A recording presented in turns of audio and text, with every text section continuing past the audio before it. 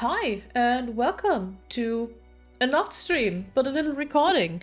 Welcome back to Arcade Spirits and what I hope the rest of Arcade Spirits. Um, Thing is, I recorded this because I didn't have any spot to actually put it for a stream, and I wanted to get through the game. Because it's really good, I wanted to show it to you, but you know how it is. So this is my first little Let's Play thingy. Which you also should get used to, because next week, starting Monday, I actually won't be at home. So I'm very busy pre-recording stuff for you. So, you know, you have something to watch while I'm away. Hope you like it. Will be one completely new game, one collab thing, and let's see what else. Will probably be like 3 videos I will give to you. Maybe an hour, hour and a half long, something like that. We will see. But you won't have to actually live without me. Also, when you're watching this means that hopefully, probably, if everything goes right and the planning works out, tomorrow evening at 9:30 p.m. GMT +1, I will be on Twitch playing a little TTRPG called Tales of the Loop. Tales from the Loop? Tales from the Loop. Why do I always say off? On Twitch, where I will be playing with some people. I will post all the information and the link for that when it comes to it. So that would be cool if you would tune in. But I think we just start to get through Arcade Spirits. Last time we went with the others to an auction for new arcade machines in that really, really weird, creepy house. So let's see how it goes, shall we? Also, yes, I changed the layout a bit, just a bit, you know, so you can actually have the game and me, because we don't have a chat. We don't need a chat. But let's go. Oh yeah, we're already in the weird building. A large group has already gathered in the foyer of the crumbling estate, but one rushes forward to greet us in a blur as the others pay little mind. Greetings, friends. Yeah, that's Hamza. That's the weirdo eccentric guy who makes these weird auctions. Hamza welcomes our friends from the Funplex. Welcome, welcome. Yeah, I don't know either. Gavin, stalwart as ever. Naomi, love what you've done with your hair. Miss Francine, a beauty surpassed only by your wisdom. Oh, fresh. And a new player, it seems. Who might you be? Oh, I just realized that you can now see my new little cursor. Well, that's a thing. Yeah, I'm Helia. I see. Greetings to you and yours. I am known as Hamza, seeker of antiquity, finder of things lost, player of games. I have no idea why they made him this cliche Arab. It's not Arab, but POC. It's a really weird. It feels stereotypical to me-ish. It is what it is. And welcome to, well, not my home, but a place where Hamza shall provide hospitality regardless. Kind of a dump, isn't it? That is so fucking rude. What the fuck? No, we're not saying that. A seeker of antiquity, 1980s is antique. I was unaware Reagan-era amusement machines were antiques on par with the Turin Shroud. Wow, we're knowledgeable. You have fire indeed, but rest assured, many a holy grail may lurk in the arcade below. You may even find your own relic of holy nature by Eve's End. Alas, I'm not a moment to enjoy your fine company. Perhaps later, but for now, it is time. Clapping for attention, Hamza rallies the small crowd in the room to begin the proceedings. Friends, companions, long-time allies of the noble art of the arcade, welcome, welcome to Donnerwood. Its story begins nearly 30 years ago when legendary pop musician Donna Michaels singer of such hits as Thrilling and Mama Don't Mope, we all know them, did a stately pleasure dome decree. Here the reclusive idol crafted a private amusement park, a petting zoo and an arcade. Alas, she could enjoy this paradise for a short 10 years before her tragic death. Needless to say, the estate has fallen on hard times ever since. In this year it shall be torn down to make way for condos. But not before we have our say. Friends, those games that Donna Michaels cherished still lurk one floor below, ready to be rescued from such a terrible fate. It is our moral imperative to do so. Yeah, let's go. I have paid the estate owners a princely sum for the entire lot. Now, Hamza parcels them out to you. By all means, browse the collection. See which pieces sing out to you. On the far table, you shall find refreshments, grapes, sparkling wine, and delicacies from my travels. Mingle, cavort, and we shall begin the auction in 1 hour's time. I like the idea that I like that we get snacks, because snacks are important, but like grapes, wine, sure, let's go. Indeed, a lavishly arranged table that probably costs more than a single arcade game to put together is descended upon the invitees soon after. I feel like I'm attending some ancient Roman celebration of debauchery and gluttony, not an arcade raid, or an arcade auction, or whatever. Donna Michaels, I knew it! I should have recognized Donna Wood when we pulled in, but it was raining too hard. Who? You've never heard of Donna Michaels? She was the hottest music act of the 1980s. Naomi, I was born in 1990-something. I'm totally plugging my phone into the van stereo so we can pre-blast Girls Just Wanna Play Games all the ways home. I like all the 80s songs references, it's so cool. But first, I'm gonna check out those cabinets in our arcade. I'm not really into mingling. Later! Of course you're not. She dashes off with all speed, heading for the stairs leading below.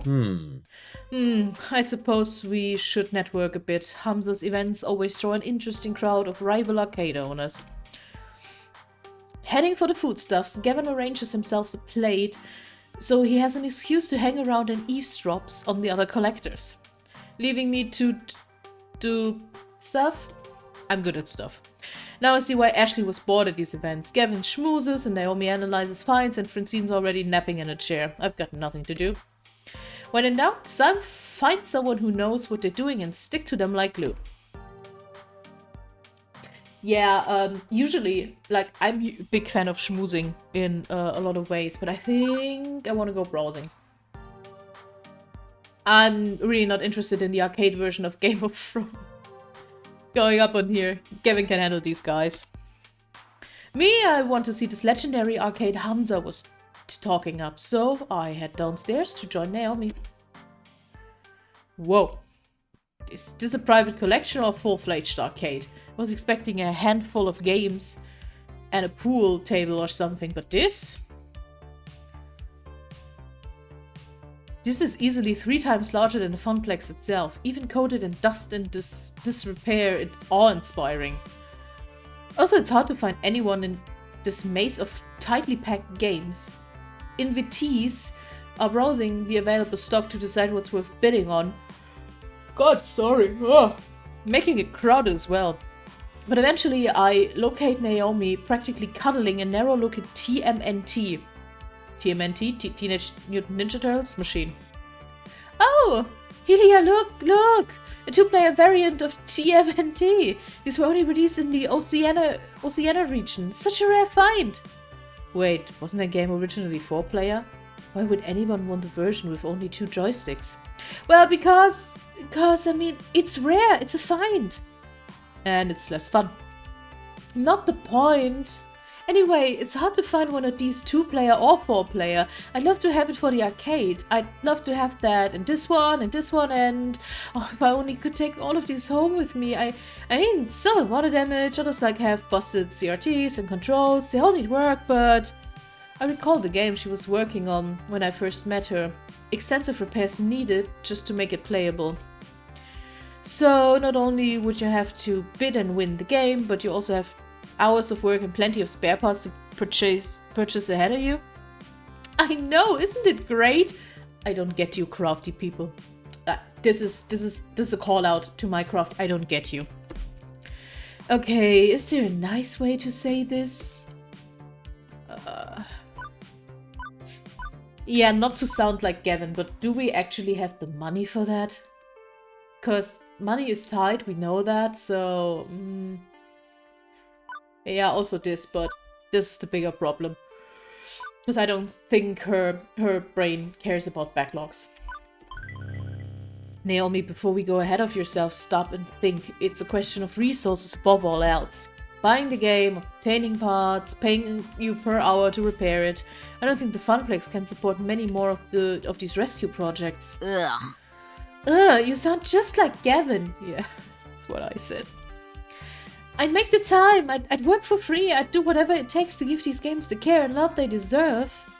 It's admirable that you want to devote so much of yourself to the games, but the games we do have need your love too. Even you have your limits, you have to accept that reality. No, what the fuck? No. Naomi sighs, frustration building. It's not fair. Okay. I'm not dense. I know there's only so much we can realistically do. So many projects I can actually take on. But I wish I could do more. I wish we could do more. The Funplex has never really been a success. Even before I came on board, it was always struggling to stay afloat. I joined it because so few arcades still have the games I love. But I can't turn our situation around, can I? No matter how hard I try. Oh my god, why is this getting depressing now? Holy shit. This is my first job. Part of me is hoping it'll be my last job, too. That I can happily spend all my days tinkering with these wonderful games. Oh. Every kid says they want to be a fireman or an astronaut or a robot cop or something, but nobody actually ends up doing that, except me. I wanted to fix up arcade games, and that's what I'm doing. It's all I ever wanted to do. You know what? I envy you for that. So when I see all these old, broken games, I just want to show them the love I can give. I could be happy working on them for the rest of my life. Wow, that's dedication. And really? You went straight from school to an arcade job? I mean, I meandered from job to job, never really sure what I wanted. That's normal, right? It's not. It's called neurodivergence. Yeah! Oh, definitely. I'm the oddball here. It's funny. I followed my heart and found just what I wanted, what I needed, and now, well, now I'm scared someday it'll all come to an end. The Funplex will close. And if the Funplex goes under, I really don't know what I'm gonna do. All I ever wanted was to work in an arcade. And I'm literally living my dream. Okay, now I feel bad for bringing down her day. Hey, look, you never know, right? Maybe we get lucky. Maybe we find a game down here that brings in thundering herds of players. Right! It's a slim hope and both know it, but Naomi clings to it immediately, eagerly. Honestly, I tossed that hope out there for her, not me. These doubts about my choices still swirl in my head. Naomi's struggling to realize her dreams even in her ideal job. Where does that leave me? We just need to find the right game. Something nobody's played in a long time. Something that'll tug at the nostalgia strings. It's difficult finding the right balance, especially in the year 20-something. A lot of these games are on life support, borrowed time. But they can't be repaired, right? Well, yeah, for now. But CRTs, the monitors that power these old games before LCDs and now 3D flats started replacing them, they're in short supply. Nobody makes them anymore. Words. I'm reading words. I mean, who buys a tube-based TV anymore? Nobody. Not many people, but there are probably enough weird, crafty people out there who do. It's all high definition and a weird 3D projection tech, which looks awful. Yeah, it really does. Do you guys remember when 3D was still a thing? We planned to do with at-home 3D mode and there was, oh god, it was so stupid. Nobody appreciates a good CRT anymore. Aren't high-def displays way cheaper though? I've seen some old games running them in other arcades.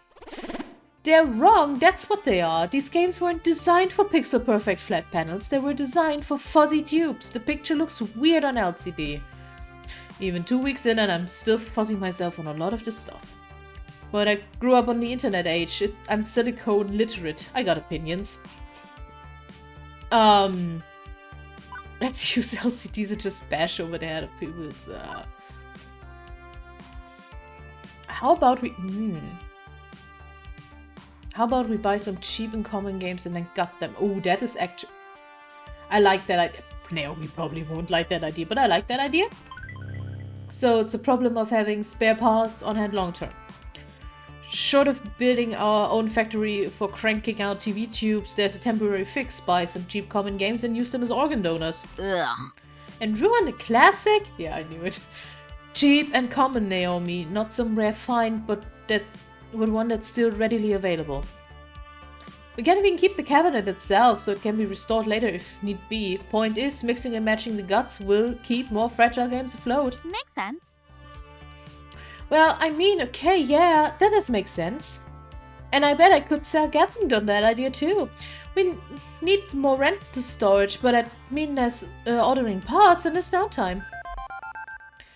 Okay, I'll see if there's anything down here nobody would want and nobody would need. Thank you. You know, I'm glad you're with us at the Funplex. Whether you take my side or Gavin's side, it's just nice to have someone who cares about games around. She's fun, but she's way more into cosplay than gaming. But it's kinda odd, you know? What? Feeling like I'm not alone. I know that sounds dramatic, but I'm used to toiling away in my little workshop with Ashley and Gavin not really caring about the things I love. They're kind enough to me and friendly, well, Ashley is, but ever since you showed up, I feel like there's someone with me. It's odd. Just be happy, what the fuck? I'm not complaining though, I guess it just takes getting used to after years of feeling perfectly content to be alone. Away from strangers, crowds, I mean, it's not really my thing. I don't like to network like Gavin does, or socialize like Ashley does. And now I'm making things weird, so I'm stopped there. Besides, I'm just about done taking inventory down here. How about you and I? Suddenly, shouting and stomping of feet from the floor above. What the? Sounds like there's a fight or something going on up there. I think we better go see what's what. Quickly, we hurry upstairs. What the fuck's happening? What's going on? I heard shouting. Hamza has ejected a representative of the dark carnival known as Deko's Palace from our midst. And not soon enough, in Hamza's opinion. I hate people who talk about themselves in the third person. It's... oh, come on. Okay, I guess everything's fine then. Excuse me, I'm gonna go get my work aprons on since we'll be moving games soon. Naomi, if you don't mind, after you change, we should coordinate our wish list. I want to get that settled before the auction begins. No, don't leave me alone with the Bacchanalian orgy master. Lovely. Excellent. Now, let's resume the social amusement and jocularities. Ilya, we will speak, yes? Hamza leads me off away from the chattering crowd, presumably not to eat me, or yell at me, or anything like that. I make it a point to get to know all who attend my gatherings. Clearly, I have been remiss, as I allowed one who works with the hated Deko Nami to enter. Hamza would like to know you better, my friend. Not that Hamza assumes you to be a spy, of course. It is simply a matter of what is proper and right. I'm just a floor attendant at a Funplex. Not much else to say. Come now. Surely there's more to you than that. Share with Hamza. Consider me an impartial third party. Surely there are matters that occupy your mind which would be inappropriate to air to your business partners? Okay, this guy's clearly on a fishing expedition for dirt. Considering the high court of arcade royalty I'm supping with, maybe it's the best not to give him anything. But I also don't want to make relations difficult for the Funplex if this guy's reading a leading supply of cheap arcade games. Secretly. Yeah, why not? Sure, let's go. Honestly, I've had a wrong run of bad luck. I won't bore you with the whole story, but TLDR is that my family's had a curse of foul luck for quite a few years. Moving from city to city, job to job. After I left home, I couldn't find a stable work. Not to the funplex, I guess. And lately, I don't know, I'm starting to wonder if I've made the right choice. I love the arcade, but love doesn't pay the bills. Hamza agrees. Ah, yes, I see the dilemma you face. I've seen it many times before, in fact, including firsthand.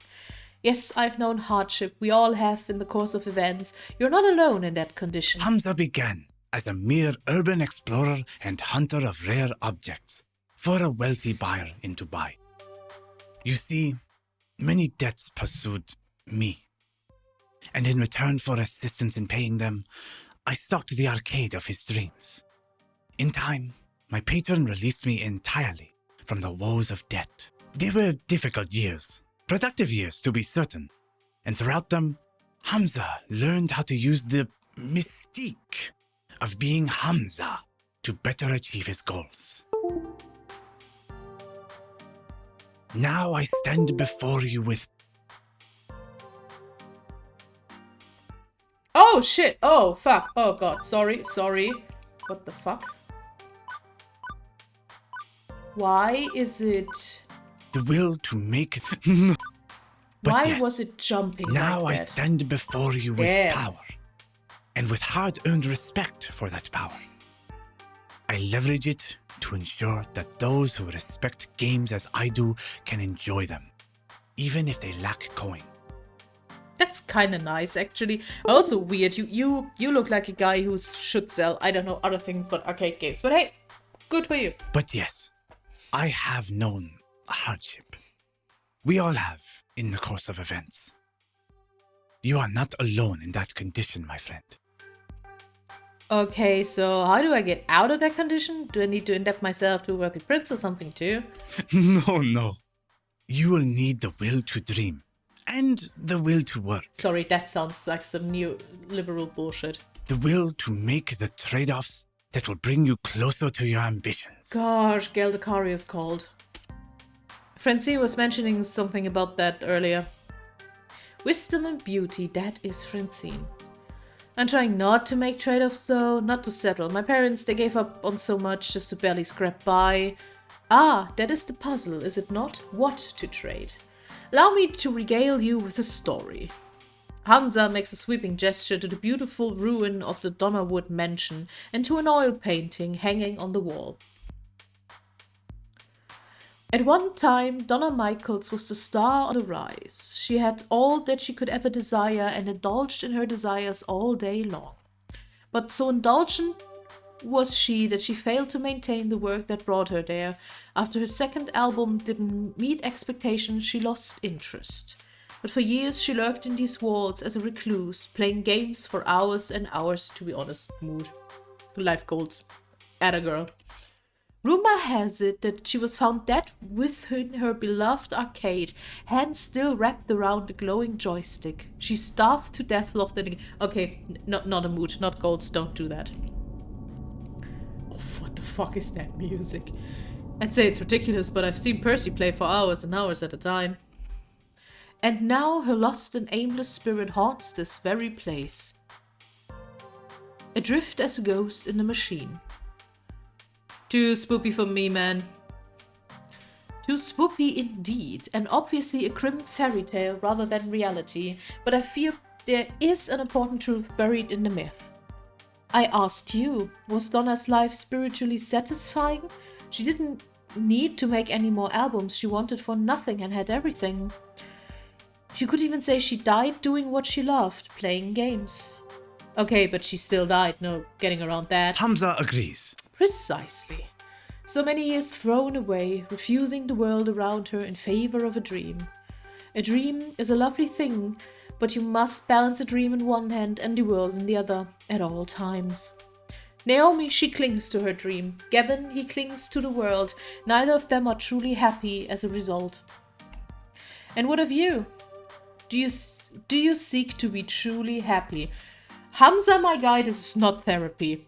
Like, well, duh, what else am I was I going to answer except yes? But Hamza pressed a finger to my lips to silence me. God, don't touch me. Hold that thought. The auction is about to begin.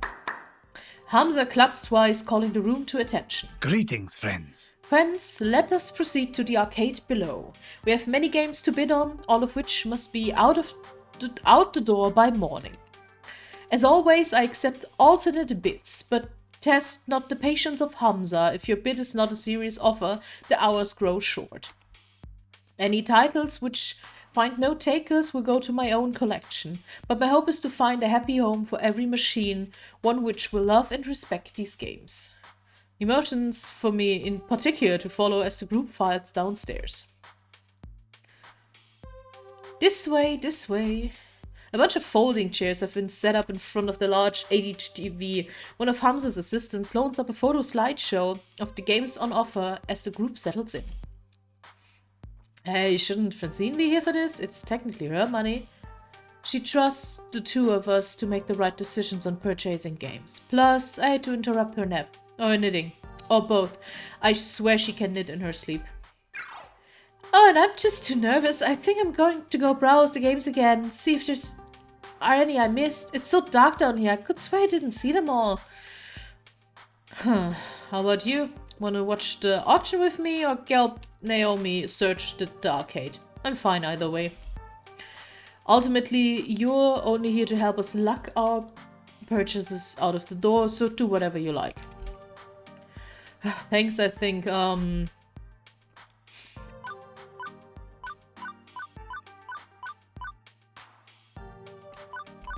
damn, I can't decide.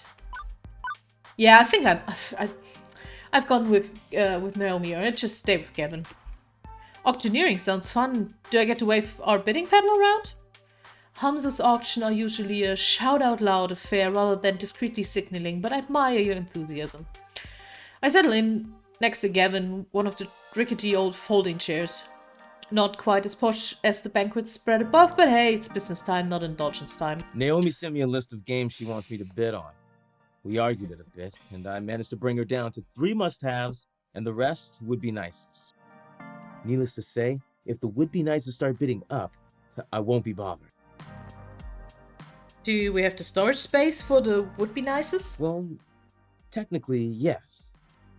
What about the cash? Like I said, only if they don't get driven through the roof. Then maybe keep an open mind, right? Don't forget to see the forest for the trees while looking at the bigger picture or something. Right. As Francine says, I know. But there are certain hard realities in play. It has begun. Yeah, let's go. I half expected mid-90s techno to start blasting as the slideshow begins, but no, just pretty photos of old games. Behold. Look at these beautiful games. They could be yours, all yours. But before we dive right in, I'd like a moment of recognition for Donna Michaels, whose spirit inhabits these halls. We who are about to rescue her games do so out of respect for her and her passions. May her soul be at peace with her beloved arcade in good hands. That's nice, actually. I thought he didn't believe in that tale, or is he just being theatrical because it's the way of Hamza? Now then, shall we commence the auction, friends? I settle in and wait for Gavin to take an interest in the games on bid. Our next item up for bid...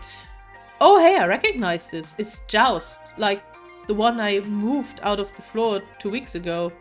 Out to the floor 2 weeks ago. Gavin frowns as his tablet confused. Why is this on Naomi's must-have list? We already own one of these. The bidding opens at pittance, a mere $50. Gavin shakes his head, ready to let this slide by.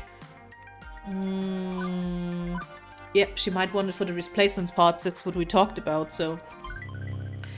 The machine breaks down a lot, right? Well, having a spare in storage would mean not needing to buy more parts for it. Impressive. Astute, and a good reason to bid on it, I agree. Iris, give me a quick price check on the sum of all key components in a Joust machine. As you wish, Mr. Cooper. Wait, you have an Iris too? I suppose. I Can't say I like it, but yes, a premium Iris account. You have the free version, correct? I doubt it would be capable of a complex query such as this. Done. Individual components compounded together compile at $400. Gavin gets to his feet. $300, please. Such fire! Oh ho! At last, Gavin Cooper shows his fire. Will anyone step? $1,000 to complete my Midway collection. Well, crap. Hamza must consider this. A curious leap. Gavin, tell me, why do you seek this game? Naomi's pride and joy is a fully restored Joust, but it breaks down frequently. I want to keep her dream alive by giving her an organ donor. Oh, you have put Hamza in a strange position. You have... That was a very Yoda sentence. Between a collector craving her holy grail and a young girl's dreams. Sold! But Hamza must bow to fiscal forces that keeps his fantasies afloat. Sold for $1,000. Yeah, let's be honest. Seems once he hears a bit he likes, it's all over. No going once, going twice. However, as Hamza is not without a heart, I have a mostly working copy of that game in my personal stock that I have been meaning to restore. Gavin Cooper, I grant it to you for free. Hamza, my guy! Nice! Holy shit. Free? Such is the iron will of Hamza. This is the will of Hamza, question it not. I think I need a little Hamza for daily wisdom. The collector sits grumbling. Thank you. Thank you, Hamza, you're most kind. I am capricious, but thanks you for the praise all the same. Onward! Our next item for the auction is rather unique piece. And I guess it's that one ugly football game. It looks like the side art stickers weren't even put on straight. The white paint is totally uneven, the marquee's been broken, the monitor has a big ol' asses node, joysticks are 4 different clashing colors, and... do I hear 50? 40? Wait, I nudged Gavin, whispering. Put a bit on it. Pardon? Why? It's positively grotesque. I recognize the shape and the joystick colors. That's not really a football game, that's TMNT. Naomi told me earlier that we need one of those. I thought they only had the crappy 2-player one, but this is definitely a TMNT at heart. Aha, it's a cheaply done conversion. No doubt some fool thought he'd get more profits of a sports game and lazily chopped it up. I need restoration work, granted, but... Slowly he stands I up. suppose. I suppose I'd be willing to take it for $40. Maybe we can salvage the monitor. Good, good. All games deserve a home, even the ugly ducklings. Are there any other bits? No? Not a one? Very well. Sold! Sold to Gavin Cooper of the Funplex. Thank you. After Gavin sits up, I could swear I spotted Hamza wink at me. Does he know we just conned him? And he's okay with that? Impressive. You know, Helia, you're more knowledgeable about all the arcade games than I thought you'd be. Well, my parents took me to the arcade all the time, back when I was a kid. I had all my favorites like TMNT, Q*bert, and... I love that. And those were good times. Better times. Very well. Well, I suppose we can relive those good times a little once Naomi restores that game. During your breaks and after work, please. Yes, sir. I realize my demeanor is one of seriousness, but it's not like I'm anti-fun. I enjoy a pinball game or two, for that matter. I thought it was more for the challenge, though. Order to Chaos, developing mastery over the game, and so on. Which is fun for me. Fun is a highly variable concept from person to person. For example, undoubtedly Naomi is going to have considerable fun restoring that TMNT back to its former glory precisely because it is so mutilated. Funplex provides fun in any form the visitors requires. That's my endgame, the goal I reach for. The tricky part I found is balancing conflicting fun, ensuring as many dreams are realized as possible despite reality being rather harsh about it all. We need to watch our budget today if we're going to optimize that fun. Do you understand? I guess being Optimal's fun for you. I suppose it is at that. Revel in the splendor. Next, a rare find indeed. What would surely be the jewel of any collector's treasure trove, provided there are discerning collectors who appreciate such splendors. And the next game is a black and white driving game from the 1970s. I give you Death Race. Inspired by the movie of the same name and decorated with skull, it sparked controversy nationwide. What the fuck is Death Race? I'm actually looking that up right now. Sorry. Did I ever hear that? Because I know a movie called Death Race, but that's from 2008. And now I'm fucking confused. Hamza, are you lying? No, there is actually... Huh. There's this 1975 version. Okay. Seriously? That relic is seriously on Naomi's must-have list? Absolutely not. Not only is it an ancient artifact of a bygone age, I'd rather not have angry parents mad at little Timmy ran people over in a video game. They're gremlins, not humans. Very, very blurry little blobs of gremlins. Doesn't matter. It won't earn, and earning is critical for a small arcade such as ours.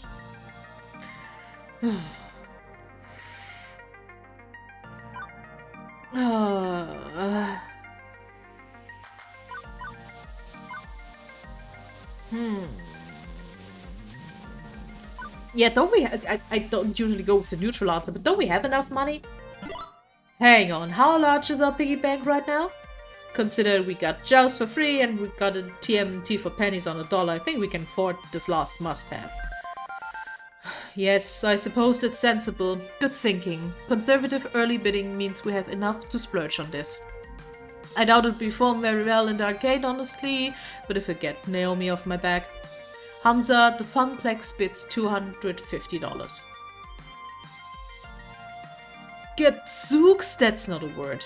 Holy shit. A find like this can go for a paltry 250. I bid 300. 400. 500. 5. We have 5s. Do we have any numbers above that? 6. Oh, Gavin. 6 of one, half a dozen of another. Tarnation. One is no one willing to match? It seems you have won yourself a piece of arcade history, Kevin Cooper. Sold. Satisfied, Gavin sits back down, offers me a court nod of thanks.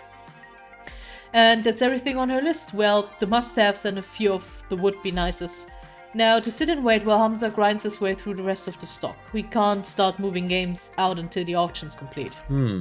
Now we start replying to texts. Can you go find her? I'm sure she's around here somewhere. Let her know what we bought. Sure thing. Leaving the excitable auction master and the compatriots behind, I started wandering through the maze-like arcade of Donnerwood's private collection. Naomi, where the heck are you?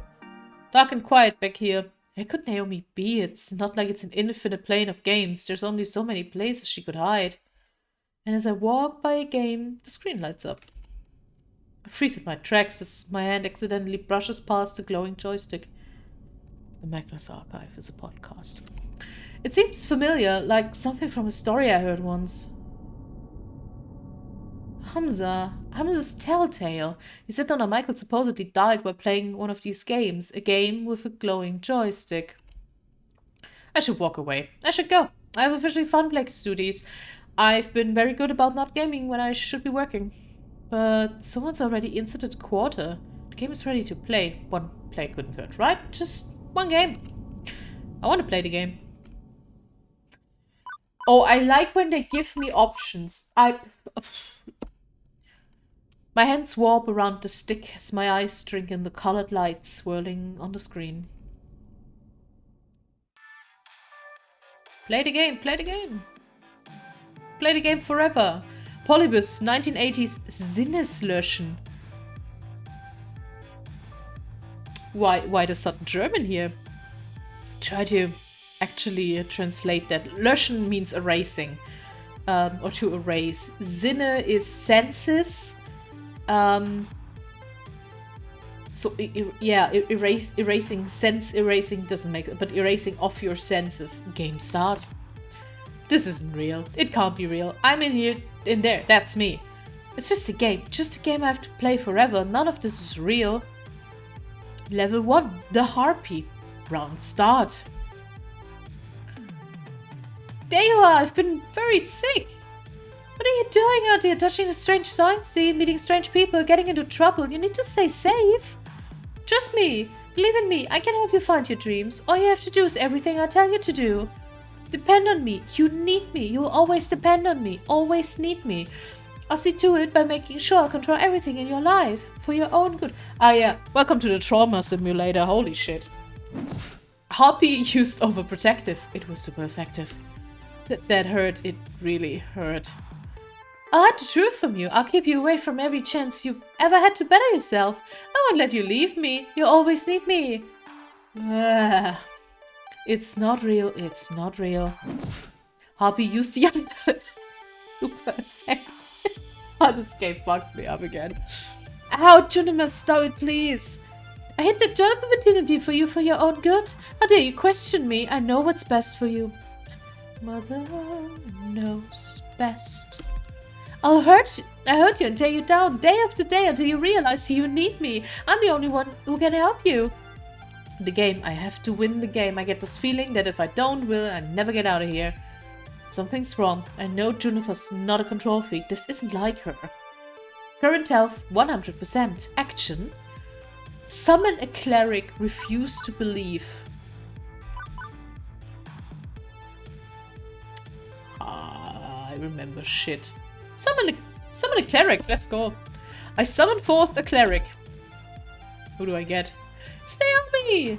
This foul master is not your roomie, Helia. I can see her true heart beating underneath that illusion. I banish this falsehood to show the kindness at the heart of the beast. Cleric used empathy. It's super compassionate. No! I'm sorry. I'm sorry. I don't want to control you, make you feel dependent. You have your own life to lead and your own decisions to make. I should support that. I just wanted to have you smile again. I made a mistake keeping the truth from you. I'm so sorry. Juniper, it's okay. I'm still smiling.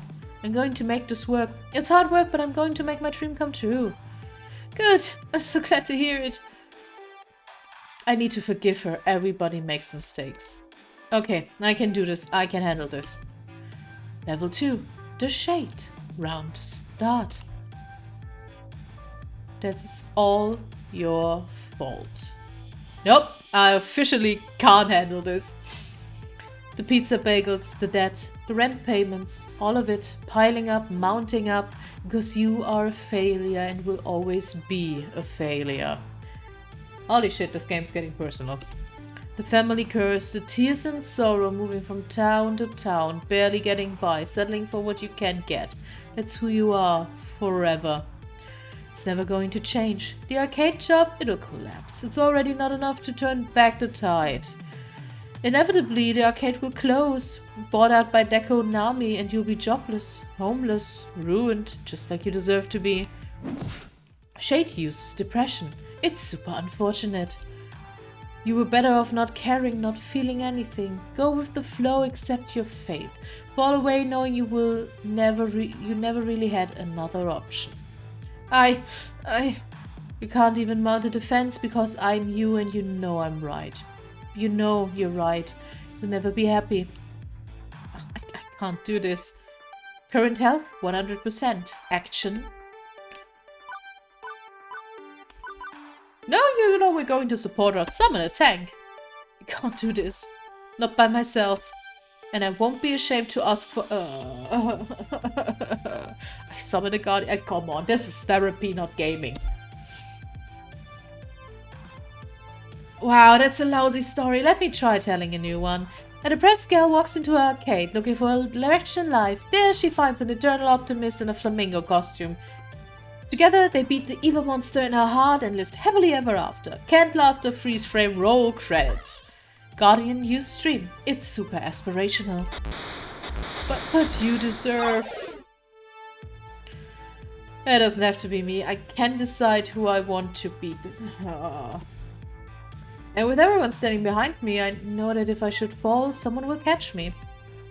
Prepare for final boss. Good, I'm ready. I'm definitely ready to get out of here. Level 3, The Lost Soul. Round start. I don't get it, not a bit. Are you Donna Michaels? Girls just want to play games. I just wanted to be happy. I met a place where I could be happy forever. I walked inside, and locked the door and threw away the key. I got what I wanted. I was happy. I didn't struggle. I didn't try. I didn't do anything more than I had to do, just like you. Like me, I'm not a billionaire pop princess. Neither was I. Nobody liked my second album. I wasn't meant to be a star, so I gave up. It was okay taking the money and running. You could do the same. Maintain. Eat the pizza bagels, do everything that's asked of you. Let Juniper continue to float the rent. You're in a good place. You could stay here. You could let go. Play games forever. Be happy. No ambition, no hope, no need. You'll be fine. You'll be safe. Go with the flow. Go with the flow. Ever since my little lunch date, something's been bugging me. Maybe now I know what it is. Why did I ask to replace Ashley on the strip? I didn't have to. They didn't ask me to. Why did I do it? Because this isn't enough. Being an arcade floor attendant isn't enough. Living hand to mouth isn't enough. Good. Quit your job. Quit. And become like me. Lose yourself in the games. Also, is that a Pokemon do you know reference? The fuck, what's the name again? The weirdo glitch Pokemon. Just please write it in the comments because I don't have a chat who can tell me now. Oh, I'm not quitting. That's not what I meant at all. I want to fight. Current health 100%. Action. No, I'm not fighting her. That's not what I meant either.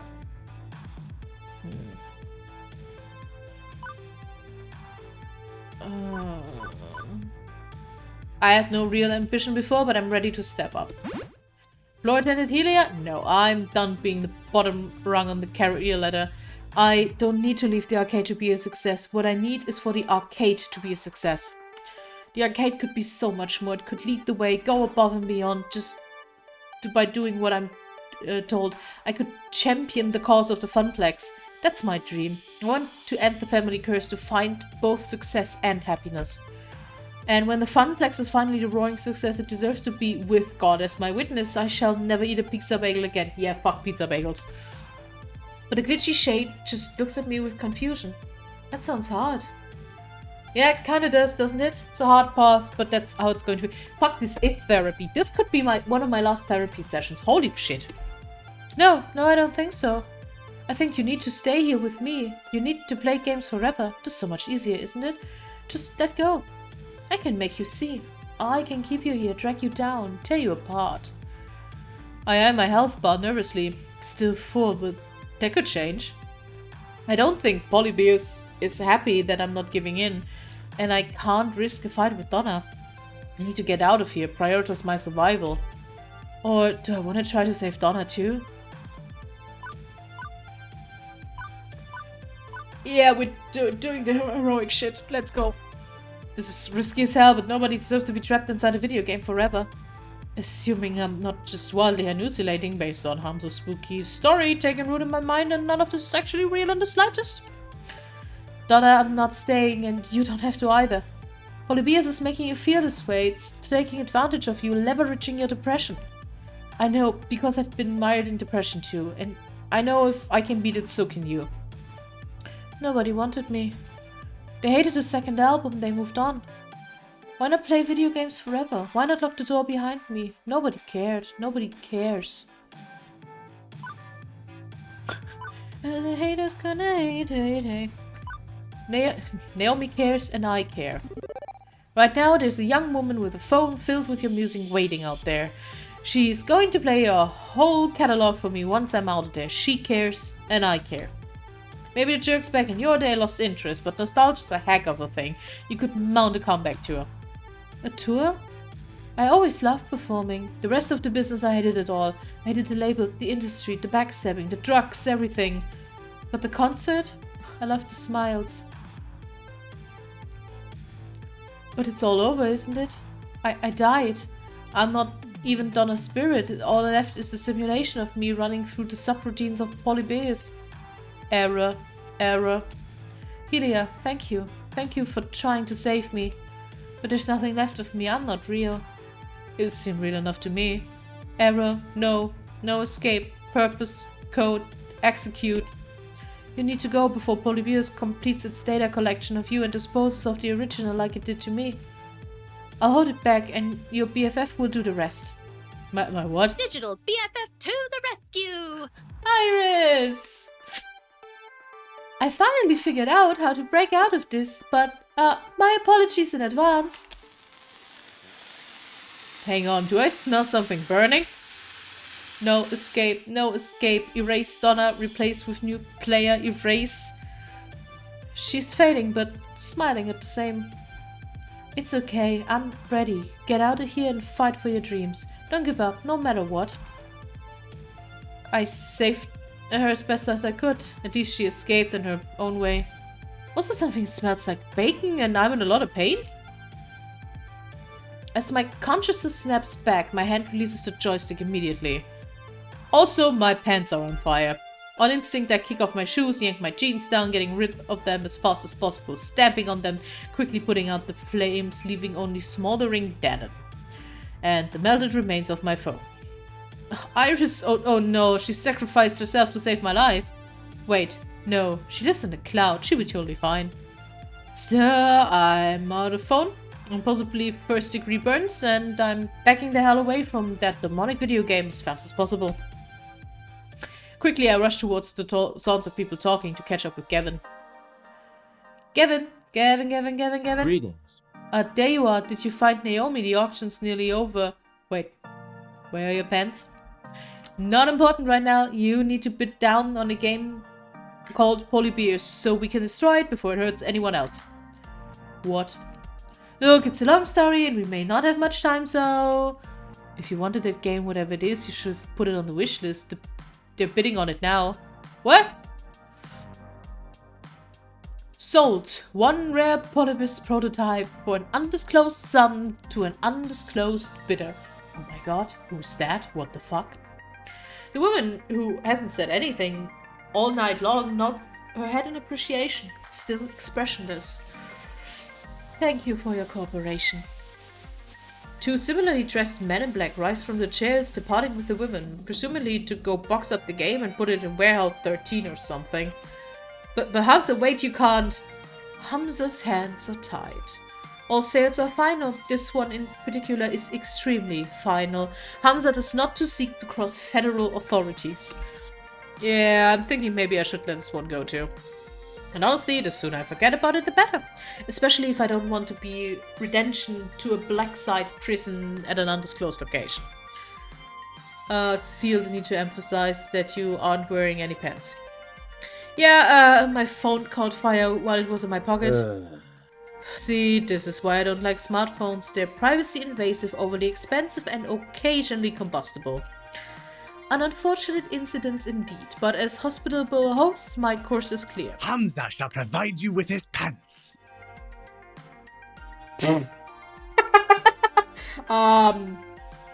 Sure, let's go. This is extremely not necessary. Fortunately, rather than whipping off his trousers right here and then, Hamza summons one of his helpers with a clap who provide a spare pair. Why do you just have pants on demand? In my line of work, one must be prepared for all eventualities. You know, other people have like a towel for emergencies. He has pants. Sure. Now, in apology of being unable to provide you with this game you thought, perhaps Hamza can offer you something special in recompense. My friend, the final 3 games for auctions, all rare, all special, all highly thought of after by collectors and operators alike. Only a few prototypes were ever made, released to test markets. None of them made it to mass productions. What are you about to see are rare gems of arcade history. You may take a priority bid on any of these games of your choosing. A glance at Gavin, who's shaking his head lightly, confirms we are officially out of bidding power. Not that I really care, think of any obscure games I'd really want to add in a funplex, but better to accept Hamza's apology and take a gander at them. Sure, let's see them. And with a click of a slide, I see... Behold, Phrase Invaders, Wyvern Keep, and Zombie Meltdown, all in mint condition. All three are sought after endlessly by collectors. And now, you can bid on Phrase Invaders, a unique typing-based game from the land of the rising sun, Japan. Defeat the alien menace armed only with a keyboard. Wyvern Keep, a much sought-after Laserdisc full-motion video game. Play Princess Plucky and rescue the fair prince from the clutches of a terrible beast. And finally, Zombie Meltdown, a classic 1984 light gun shooting game where you save the president from the red threat of radioactive mutant zombies. Tell me, which of these rare games sings to you? And what can you offer Hamza in return? I'll allow you a few moments to ponder your desires. Are you done yet? I've been waiting upstairs for ages. Why are you holding a box of kittens, Naomi? I found them hiding in an old arcade cabinet. Francine and I are going to take them to a shelter. Babies. Wow! Wait, is that Phrase Invaders? OMG, I've never seen one. OMG, like written out like this is weird. I've never seen one in person. I could restore that, really make it shine. Please, please, can we put on it? Doubtful. Even if we had the money, a quirky old Japanese game with weird controllers won't earn a single token. Now, Zombie Meltdown, that's another story. Everybody likes light gun games. Simple controls, simple premise, that'll earn and earn well. Ugh. Way too violent and gross and jingoistic and immature. I guess Wyvern Keep could be okay too. Women protagonists and 50 cents a play. It's not as cool, but it worked for both of us. I suppose. I suppose I could live with that, yes. But it's all moot. We can't afford any of them. These are sorts of games millionaires and private collectors scoop up. I suggest we could work out moving our purchases out of the van. Hylia, do you concur? Hylia, you in there? Hello?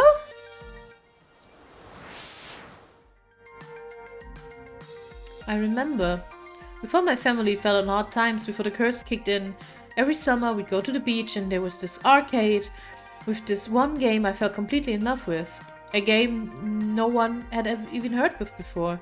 Yeah, I remember now. Hamza, I've come to bargain.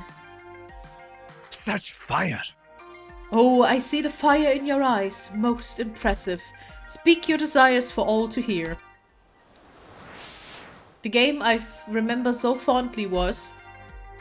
Let's be honest, I will not take Zombie Meltdown because Naomi is correct, that's kind of bullshit. Wyvern Keep looks fun, but like a typing, that sounds just so wacky shit.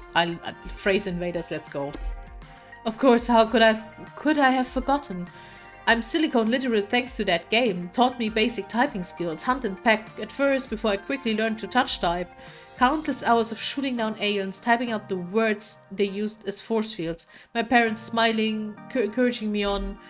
Those were good years, good memories before the sorrows drowned them out. I wish to make a bid for Phrase Invaders. Woohoo! Good choice, good choice! As you like, we still can't afford it. Interesting.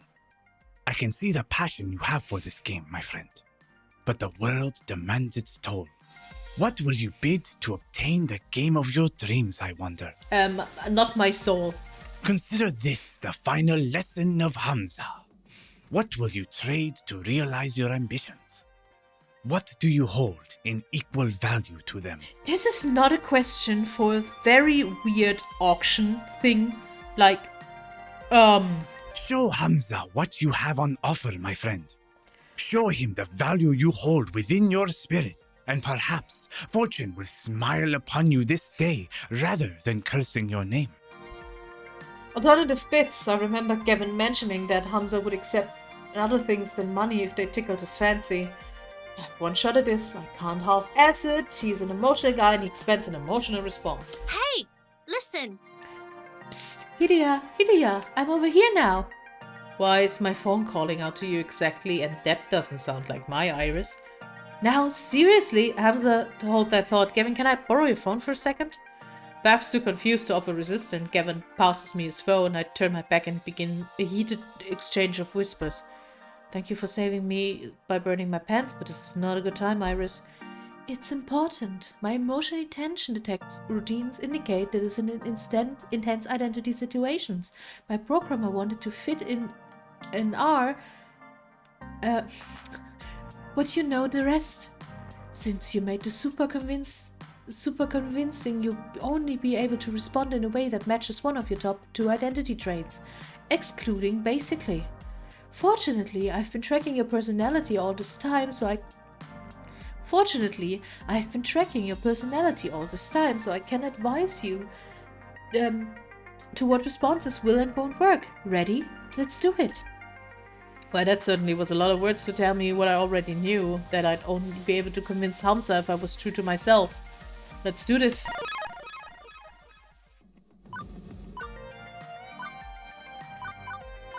I offer you revenge.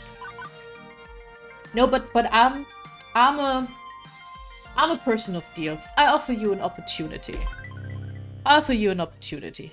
Interesting. Continue. This game represents an investment in the future of the Funplex. If you let me walk out of you with this game, don't think the Funplex will forget your generosity in the future. Because we have a future that will be bright.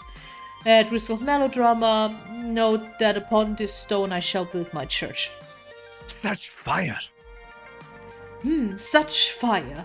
More than I saw within you at the start of this evening. Very well. Prize unlocked. Woo! Very well, the game is yours. Let us consider the first of many such exchanges in mutually beneficial partnership. Now I'm just confused. I thought it was inspiring, a little confusing. Julia, what do you mean? I'll explain it on the drive home. Yeah, let's go. I did it. I actually own a copy of Phrase Invaders. Every kid dreams of owning their favorite arcade game, and every kid thinks their dream will never come to pass. Owning an arcade game? Only the ultra-rich can do that. But I did it. Belongs to me and Funplex. And this is just the beginning. But for now, better to focus on the present. The auction wrapping up, the Funplex team works to move on our purchase out of the van and attached trailer. Fortunately, the rain stopped, making the labor a wee bit easier. Soon enough, we're back in the van and on the road to home. Road trip, road trip. Hey Gavin, here's your phone back. Appreciate it. Also, I made a decision. I'd like to do more for the arcade. You want to work more shifts? I have to balance that against Ashley's needs. No, actually, I'd like a promotion. I want to be the arcade's event manager. I'll do everything I'm already doing, plus I want to organize some events that'll bring people in the doors. Tournaments, maybe, or a grand unveiling of a new rare game. No, both at the same time. Yep, both. Let's make it a big relaunch of the Funplex. I want the Funplex to grow. I want to do my part to help it grow. My oh my. My, our little Helia is growing up so fast as well. I'm in favor, Gavin, if you need my approval. Perhaps. I'm certainly pleased that you want to step up, start getting more involved. You've shown far more premise than our old floor attendant did. But hosting an event is a risky undertaking. I'll take responsibility for it. It's my dream after all. Makes sense. I like the idea, and Gavin, more players mean more tokens, means more revenues, means more games. Maybe even expanding the Funplex or opening a second location. Let's not get ahead of ourselves. Very well. But I'll admit I like the idea as well. Very well. If you can make the numbers in my spreadsheets less dire, you'll have earned this promotion. This is my chance. I'm done going with the flow. I'm done assuming the family curse will always keep pulling back down to the depths. New Helia, no Funplex, new dream. Oh hey, I promised you some Donna Michaels, didn't I? Gavin, I'm pairing up with the audio now. Turn the music up. As the van speeds on into the night and a lost soul sings of games and fun, everything is as it should be.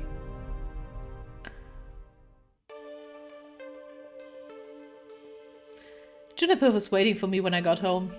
She was worried I might be mad or whatever happened this morning, but how can I be after everything that happened today? I need to move forward, past missed opportunities and towards opportunities I'm making for myself. I also had another surprise waiting for me, a brand new phone all wrapped up in shiny plastic packaging. After activating it and reinstalling all my apps, I loaded up Iris and logged in with my account. She was right there waiting for me in the cloud. You really scared me back there. It was like you were in a trance. Despite the warm feelings over how the night ended, one thing is still eating at me. Iris, what was Polybius exactly? It was actually factual technology that simulated being alive, like you. True, I am a very sophisticated and adorable simulation, am I not? I get the feeling that there are things you aren't telling me. You're constantly invading my privacy, you're far more powerful than a free app should be, and apparently you can overload my phone battery and make it explode, which is worrying to say the least. Ooh. But I did it for your own good, to save you. Juniper also thought she was acting for my own good when she didn't tell me about that job. Even if she was right, it's still wrong, and I've accepted her apology. So where does that leave you and I? I'd like us to be more honest with each other.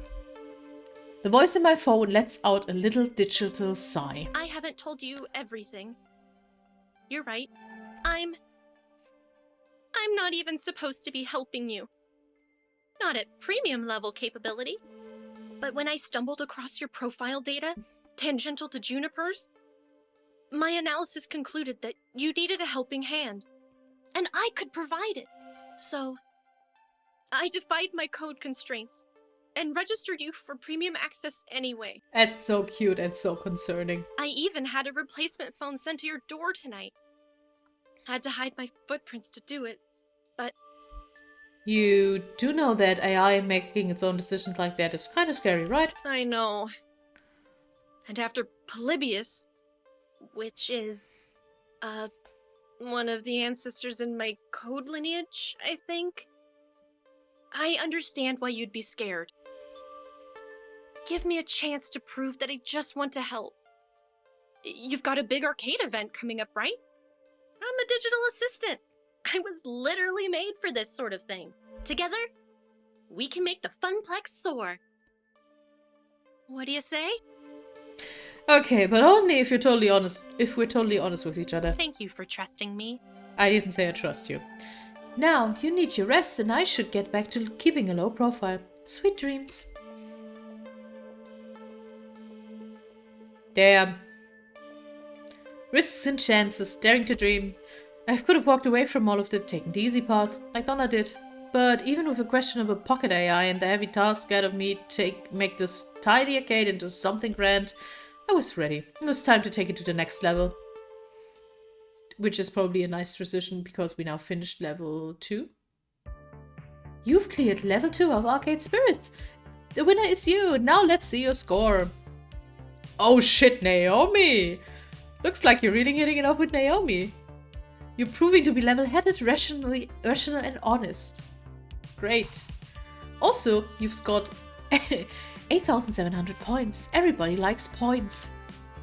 Today's pizza fact is, out of every 31,386 pizza places in the States, roughly 38 offer delivery, 91 offer takeout, and 51 offer dine-in service. Do you want to save your game? Yes. Please save game. Please save, yes.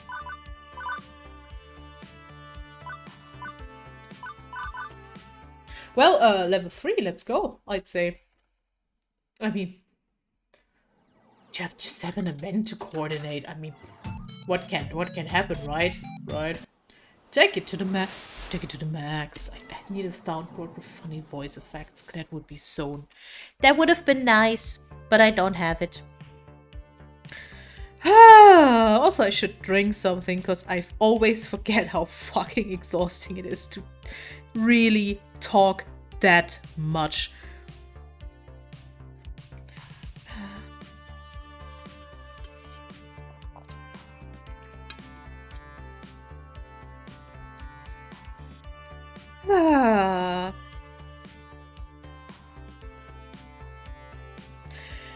Well, let's go. It is the future year 2000 something, and today isn't the day. Well, not actually the big day when we reveal Phrase Invaders, but it's a big day in relation to that big day, and I'm completely stressed out. My mission, should I choose to accept, and I kind of already chose to accept, is to spread the word about the upcoming Funplex event. The one I'm in charge of. The one that I've put a ton of effort and hope into already. The one where if nobody shows up, it spells doom for all. Hey, no pressure, right? I mean, if I fail, it'd be only laughing stock of the entire Funplex. They call me a Funplex failure for the rest of my life. I'll be ashamed, forced to wear a giant F on my chest. Snap out of it. Let's focus on what's right here, right now. Convention. Oh yeah, the convention arc. I love that. Also, the penguin is back. I love that penguin. That penguin is just fucking silly and I love it.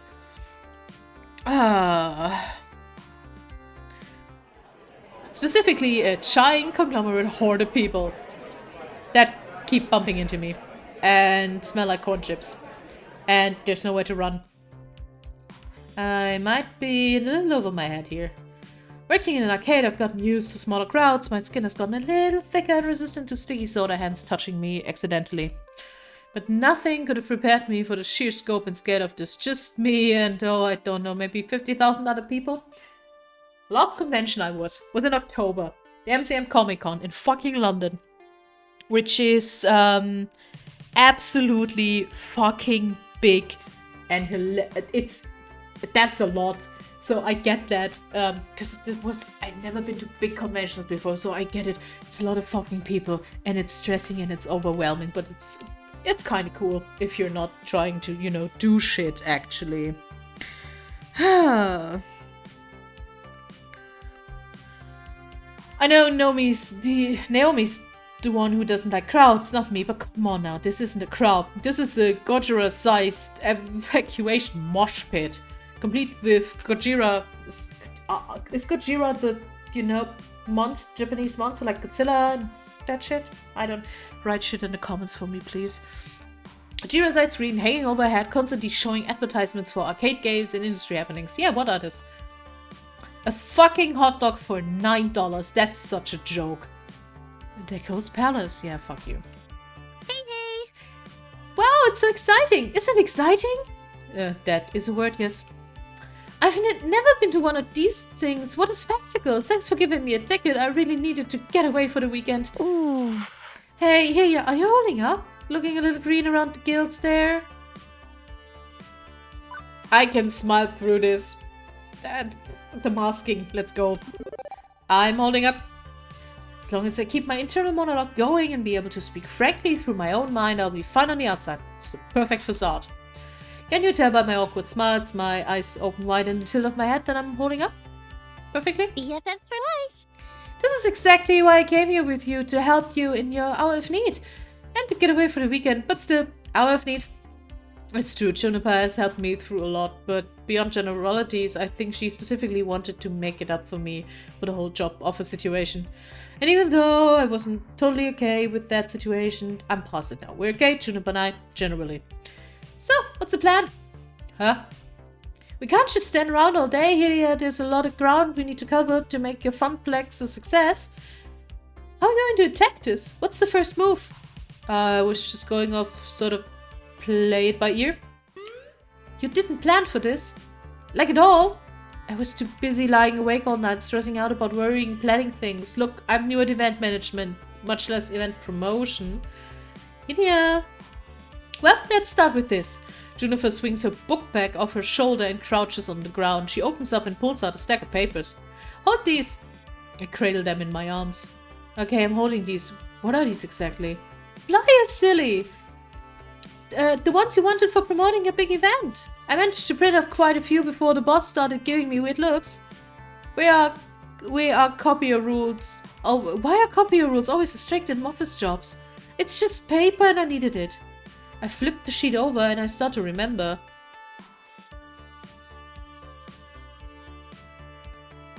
It was about 2 weeks ago. Ashley and I were holding down the fort that day. Gavin locked himself in the office and told me that if I bothered him for anything other than emergency, that I would not live to regret it. Francine stayed home that day. She was marathoning a competitive knitting show or something like that. Naomi was shopping for some extra parts. The Dig-Dug machine was acting up again. The buttons were sticking from some kid spilling a slushie on it. So what started as a pretty boring day in an empty funplex changed rapidly when Mateo came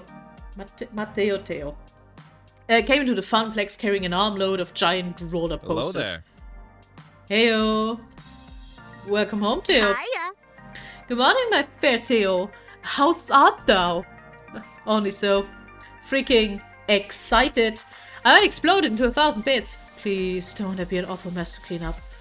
We don't nearly have enough hydrogen peroxide to get out of bloodstains, and I don't have a plastic tub full of lye to solve your... This... Yeah, I would say that. Not to mention the years of therapy Healy and I will have to go through to get over how horrible it would be to watch our friend die violently in front of you. I just can't afford it. Sheesh. It's just a turn of phrase. Chill. No, we have no chill. We're weird. Not going to literally explode. But. Guess what's happening in 2 weeks? It's something huge for us. Aren't I showing you a compilation of internet cat videos at the movie quad? Please tell me we are finally going to replace that bingely horrid casino-like carpet beneath our feet. Hey, I like the carpet, it's fun. No, and no, okay, I've kind of teased it enough. Theo took the poster he was clutching and unravels it before us. It's Max time! Bring your quarters. Oh my gosh! Max? Max is already here? Poops. But I thought it wasn't for another month. It means I'm really gonna double down on my cosplay production. Say goodbye for see me for the next 2 weeks. I've got so much to do now. Bummer. I know, right? Still gotta meet up with all the dancers and we're gonna synchronize dance routines. Nearly not enough time to perfect it. And I have to find a good time and place for an international showtime stage community gathering.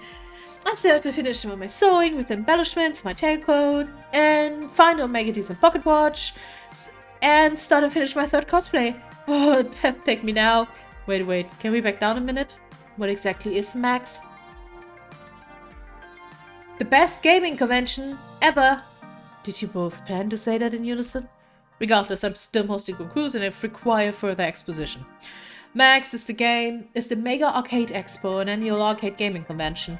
It happens every year around this time over on the West Coast, but this year they're having Max right in our city, and it's going to be the biggest one yet. Yes! I always go each year and show off my newest cosplay. Love it. It's a great way to meet a whole bunch of other arcade people and catch up with those who haven't seen since the last convention. It's so much fun. Okay, yes, okay. I see why you're both excited. Sounds cool. Yeah, and I was thinking we could put up some Max posters around the funplex. Get all the locals hyped about it. That's a splendid idea. Finally an East Coast Max. We're gonna make sure everyone knows about it. That we do. Theo, Ashley, and I spent the next half hour putting up posters around the funplex. We plastered as many surfaces as we could without making it look too obscene.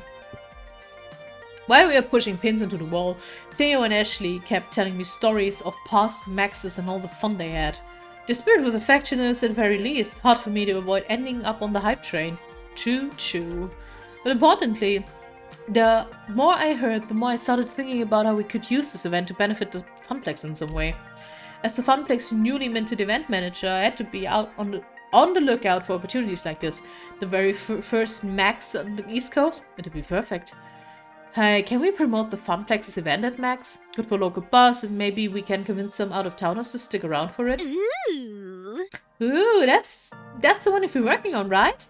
Yeah, got some ideas for tournaments, token discounts, much to Gavin's displeasure, and more. And we'll be revealing the game we got from the raid. I see, and do you have the name of this grand event yet? Yeah, what is it called? I've been thinking long and hard and coming up with the perfect name. But I think I figured it out. Are you ready? Am I? The suspense is killing us. The Funplex event will be called... Shit, I have to name it myself. Fuck. This would be nice to have a chat now so you guys can name it. 15 characters.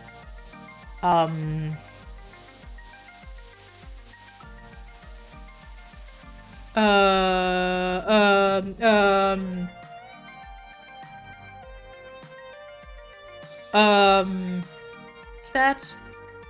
No, I can't name it Showdown. That's sad. Oh fuck, what are words? Yeah, let's say Funplex Rising. I'm not creative today, really not. I was thinking about calling it Funplex Rising. How does it sound, I wonder? Yeah, that works. We should call it Funplex Rising. What do you think? Huh? Huh? Oh, I just love it! Amazing! It's perfect! Really, you named it Funplex Rising. There were things you could have called it. It's kinda catchy though. Nice work, friend. Yeah, thanks you too.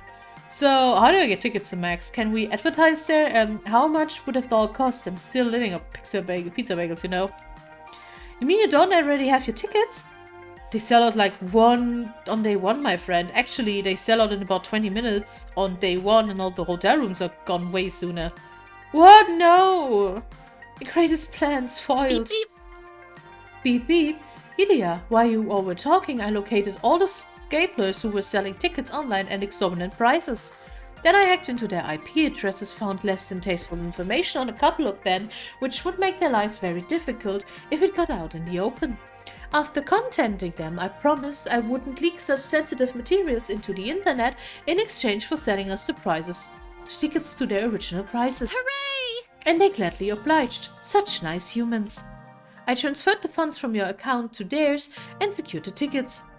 You should be getting an email for 2 Max tickets in approximately 3, 2, 1, done. And I suggest you invite Juniper to come along as your second. According to Juniper's Iris, she's very stressed from her job and could use a mini vacation. Okay, but Iris? That's kinda known as blackmail. What you just did is technically very, very illegal. Don't worry, Ilya. I arrest all possible leaks back to you. You'll be fine, and it's all in the name of helping the Funplex, isn't it? Just like you wanted me to. Well, Iris has been dedicating herself to this event, and I couldn't be doing it without her, even if we need to have another talk about human ethics. Another talk about human ethics. I am worried. Fine, but next time let's do it without any federal crimes, okay? Okay, it's a promise. Regardless, hey, tickets, now you can go, sweet! And I'm not going to pity a few cold-hearted, bloodthirsty ticket scalpers myself. Those guys ruin events like Max. Also, while I was procuring your tickets, I stumbled across the Funplex Facebook account. It hasn't been updated in exactly 13 weeks, 2 days, 14 hours, and 54 seconds. The Funplex social media presence is completely non-existent. Wait, we have a Facebook account? I mean, that does make sense, but still I had no clue of its existence. I sort of run it. I'm really bad at keeping it up on though. That sounded like it would be Gavin's thing. Why isn't he in charge of it? Gavin couldn't care less about social media. He says that, I quote, social media is where idiots go to yell at each other about nothing of any importance, and I'm not going to waste my time on it. Yeah, that sounds like Gavin.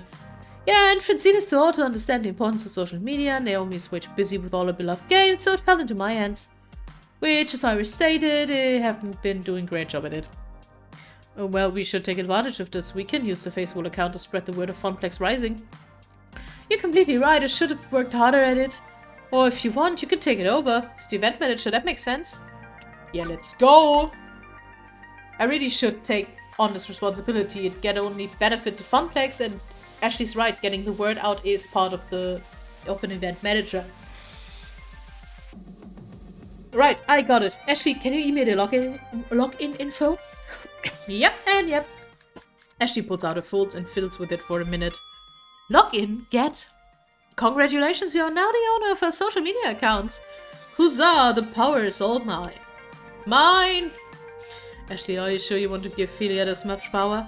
In fact, she threw her head back and cackled. Isn't sign enough? I don't know what else is. I'm not worried one bit. Excellent. Philia, can I take the Funplex keep... I can help the Funplex keep up with Facebook too. I can program timid posts, use effective keywords to get the most out of each post. CEO is one of my many talents. That'd be helpful, actually. Just, don't break any laws. Sounds good. Understood. Do I have permission to access your contacts on your face wall? Sure. And there. I've sent out notifications to everyone on your friends list and your friends' friends about the Funplex Rising. That was fast. No joke. And one more thing. Your site should have about 75% more images. Did you know that 90% of people prefer looking at pictures online rather than reading? Sometimes I just don't understand you sentient beings. Now, Iris is making a good point. We should totally come up with a poster for our event. We can handle that. We can hand them out at Max Soup. I should drink something. Sip, sip, talking gets hard. And of course, put them up around the arcade. Oh, okay. The arcade is interactive today. Actually, if you can watch the floor, I can go design us a sweet flyer to pass out on the congoers. It's time to deploy my mad artist skills. My mad artist skills are fucking none. Ooh, sounds like a plan. Let's make this the best Max ever. One we will never forget. Damn. Let's go. I spent the rest of the afternoon working hard on having the perfect design for a flyer. Well, a design from our poster at any rate.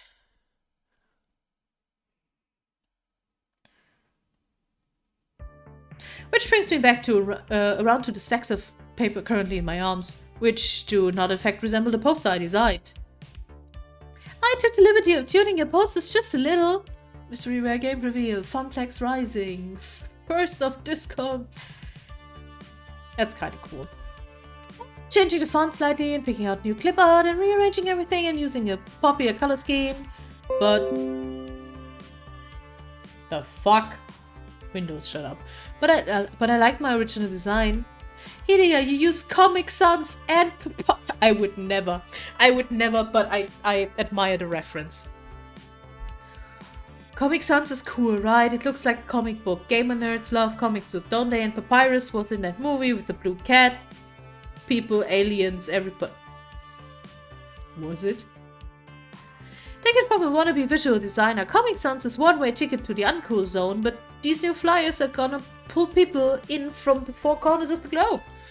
Yeah, I mean, guess they're kinda not bad. Pretty good, actually. Okay, they're superior by every convincible metric. I didn't know you were an artist, Juniper. Well, I mean... I'm not really. I mean, I guess I'm good at pretending to be one, but I couldn't, like, make art for a living, right? I couldn't, I am not looking at the person who usually does my art right now, because this conversation feels so familiar. Let me just take a screenshot real quick of this to call out my bestie later. Anyway, if that stack isn't enough, I also emailed you a copy of the original file. Just take it to a copy shop or something. They can run off more. Publishing document get. So back to the point in head, getting the information to the masses. Maybe we just start yelling, "Hey you guys!" Several people turn around and look at us confusedly. Juniper. What? Yelling isn't probably the best way to get our word out. And I'm actually still waiting for Ashley and Theo to show up. They promised that they would help me, so I think I'll just hang out until they arrive. As you like, I think my work here is done. Juniper pulls out her phone and checks it. Your Funplex folks fling some flyers. As for me, there's a really cool panel I wanted to attend. How to get your foot in the door of the arcade art industry. I mean, not that I'm seriously thinking about it, just, you know, it's interesting and stuff. Later! Oh, it's starting in 10 minutes. I'll catch up with you at home. Good luck! Juniper waves as she trots off. I lose sight of her instantly as she ducks into the crowd. Growing up, I always knew that arcades were amazingly popular, but in reality of it, all really didn't stick until being here at Max. Thousands of people are coming together for the love of games. It's actually pretty darn inspiring. I mustered enough courage to wade my way through several hundred people to the main convention hall. Eventually I find a safe place, a humble bench near the water fountains. I make this my home base while I wait for my friends. Since both Theo and Ashley are running late, I have some time to fully take in my surroundings in a calmer fashion, of course. Everywhere I look, everything I see, it's all steeped in arcade culture. Booths are set up for all the major arcade companies, each table vying for the attention of the crowd. Some have spaces set up with stages, flashing lights, and people throwing t-shirts into lines of people. Can we talk about these lines for a second though? There are all lines for everything. Lines to play games, lines to see a panel, lines to eat disgusting convention food, lines for the bathroom. There are even lines to get into other lines. And they all have just to wait here, standing happily chittering amongst themselves. I have trouble waiting in line for 10 minutes at the whole story for a coffee, let alone waiting in line for 3 hours just to play a game that will be released in 4 months. These people aren't even human anymore. Their perseverance is godlike. The sensory output here is overwhelming. People are shouting and laughing as they crowd areas. Music pumps out of several different booths, making it a weird mashup of noises and chiptunes. I already get overwhelmed just reading that. There's even a giant dinosaur that people can take. There was a fucking giant dinosaur at the MCM for some Jurassic Park. That's kind of funny. As I contemplate how I'm going to attract all of these people to Funplex Rising, I hear sound of a very loud and very upbeat music from behind me. I feel the bumping of the bass right through my shoes and I turn around. Yeah, Theo sets down a colossal boombox at his feet. I recognize the music now. It's from Showtime Stage and Theo is bumping his signature song. I motion for him to turn down the music and he complies. Last thing I need to do is lose my voice from shouting before I even get the chance to talk to anybody. Hey. Sorry I'm late. I had some last thing dance move I had to incorporate into the routine. No worries, just got here myself. Despite Max's many attempts to trample me, I have survived this far. Yeah, looks like you're significantly non-trampled. Nicely done. Don't congratulate me yet. We still have the rest of the day to endure. What's with the boombox, by the way? Oh, this for the Showtime Stage gathering. There are going to be a couple of hundreds of us from all over the world. Didn't realize there was a Showtime Stage communities in different countries. Absolutely. We're actually the second biggest community. The largest is in Japan. Several players flew all the way from Tokyo just to be part of the Showtime Stage flash mob. I'm not going to join in a fucking flash mob. Who am I? Absolutely not. And I'm also not questioning that, because that is a very cool idea. So how did you even arrange this? Flash mob's no small feat. I can't even begin to imagine the amount of time Theo put into this.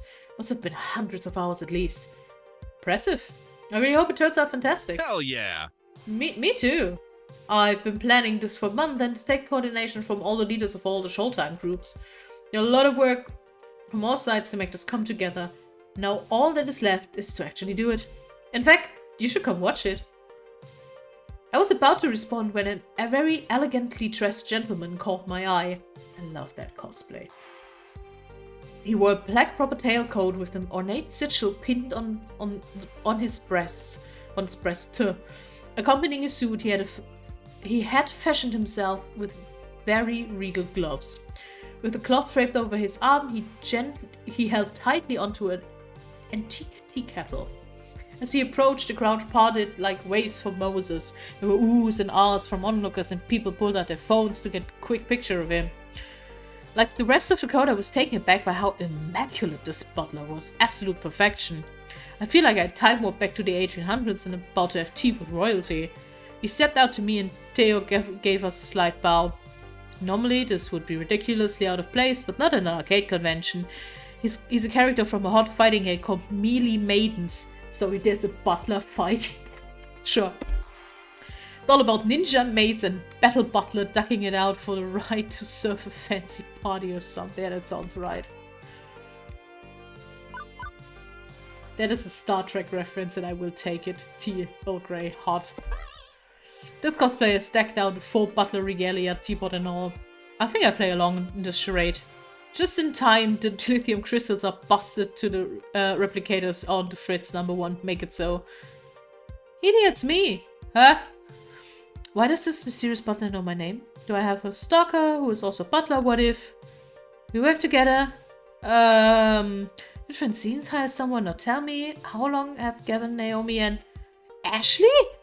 Took you long enough, jeez. That confused look on your face. Priceless. Have you never seen Ashley's crossplay before? Possibly, probably not. What's crossplay? It's when you cosplay as another gender. Ah, okay, Ashley, seriously, look completely different. I didn't even recognize you. I'm sorry I let you think otherwise for a minute, but it was all in good fun. No worries, it's impressive work.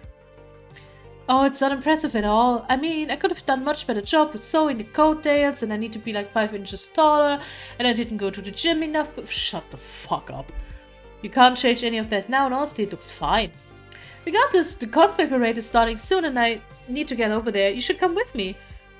Hey, now, Helia was going with me to the Showtime stage gathering. Well, whatever Helia wants to do, it's her choice. That's fair. Either way, it'd be a good opportunity to promote Funplex Rising to one crowd or another. So, would you like to come with me to cosplay parade? Or join me in the flash mob? I hate those decisions, but...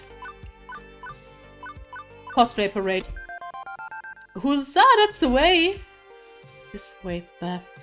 Ashley leads the way as she weaves between people in the crowd. We travel through the largest exhibit hall to get to the cosplayer gathering Ashley had mentioned was in the Pac-Man Theater, which meant risking our life through the most densely packed hall of the entire con. And I thought the main hall was bad, but this is 1,000 times worse. At one point, they announced that the show floor had been opened up, and a huge rush of people came straight for us.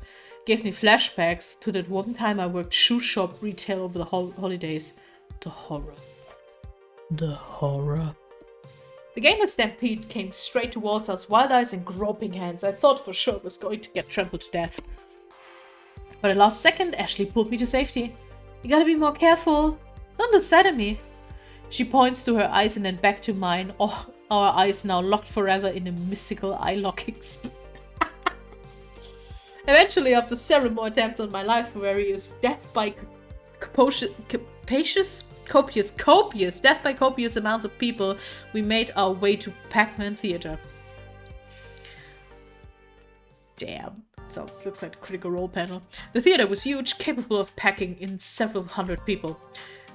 Several hundred, that's a joke. Most of the seats were already taken too, and people were miling around the auditorium aisles. My floor attendant sensors detected this as a fire hazard, but a huge stage had been set up in front of us. A huge stage had been set in front of us where normally there'd be a table for the speakers like in a panel discussion forum. Since the theater is so large, they place projector screens on either side of the stage, so whatever is happening can be seen by those sitting in the back row. It's safe to assume this is one of the auditorium's safe for the most popular panels, and now the cosplay parade. Ashley, what exactly is a cosplay parade? I'm so glad you asked! Let's see. It's where all the cosplayers get together, line up, and show off their latest creations for the masses in the theater stage up front here. Now that I think about it, kind of self-explanatory, right? Sometimes they even give prizes for the best cosplayers, but this one is pretty chill. No prizes, not even a shiny plastic cup to heft over your head. Maybe one day. Today we're here to appreciate each other's talents and have fun. Before I can interject again, Ashley runs off over to a person dressed as a maid. It looks very uniform to Ashley's Bother cosplay. Maybe they're from the same game? Oh my gosh! Oh my gosh, I absolutely adore Ymir from Melee Maidens. It's totally cute and your sword incredible. Thank you, made it from craft foam and warbler. It only took like 30 hours to do it. And I appreciate cosplayers and people who make cosplay shit. It's ridiculous. It's so professional looking, dang! And I can't get over how dapper your Angus looks. The details you put in this pocket watch are phenomenal. I actually found the watch at a thrift store and then I just molded the extra establishment on with clay. This went on for some time. I felt it would be rude to interrupt Ashley when she's obviously having so much fun being a part of her community. And they continued to chat about making costumes. I noted that more and more cosplayers were filling into the theater. For once in my life, I actually felt uncomfortable wearing my usually comfiest hack hoodie. I felt underdressed and compared to all the Melee Maidens cosplayers. Seriously, was this a costume ball or a black tie gala? Not even mentioning a congregation of feathers, capes, prop weapons, wings, and someone in a giant Moopy costume made out of square foam pixels. Pussy would have been delighted to see that. For all the visual chaos, the vibe remained pretty chill and friendly, just folks sharing a common joy and dressing up someone else. Eventually, Ashley parted from a conversation to check on me. Sorry, sometimes I get so swept up in all. I get it. Back at the Funplex, you mentioned that you can only see some of your friends here at cosplay events. Oh yeah, cosplayers travel all over. More than other gaming communities, I bet. Do you know anyone here? Everyone here.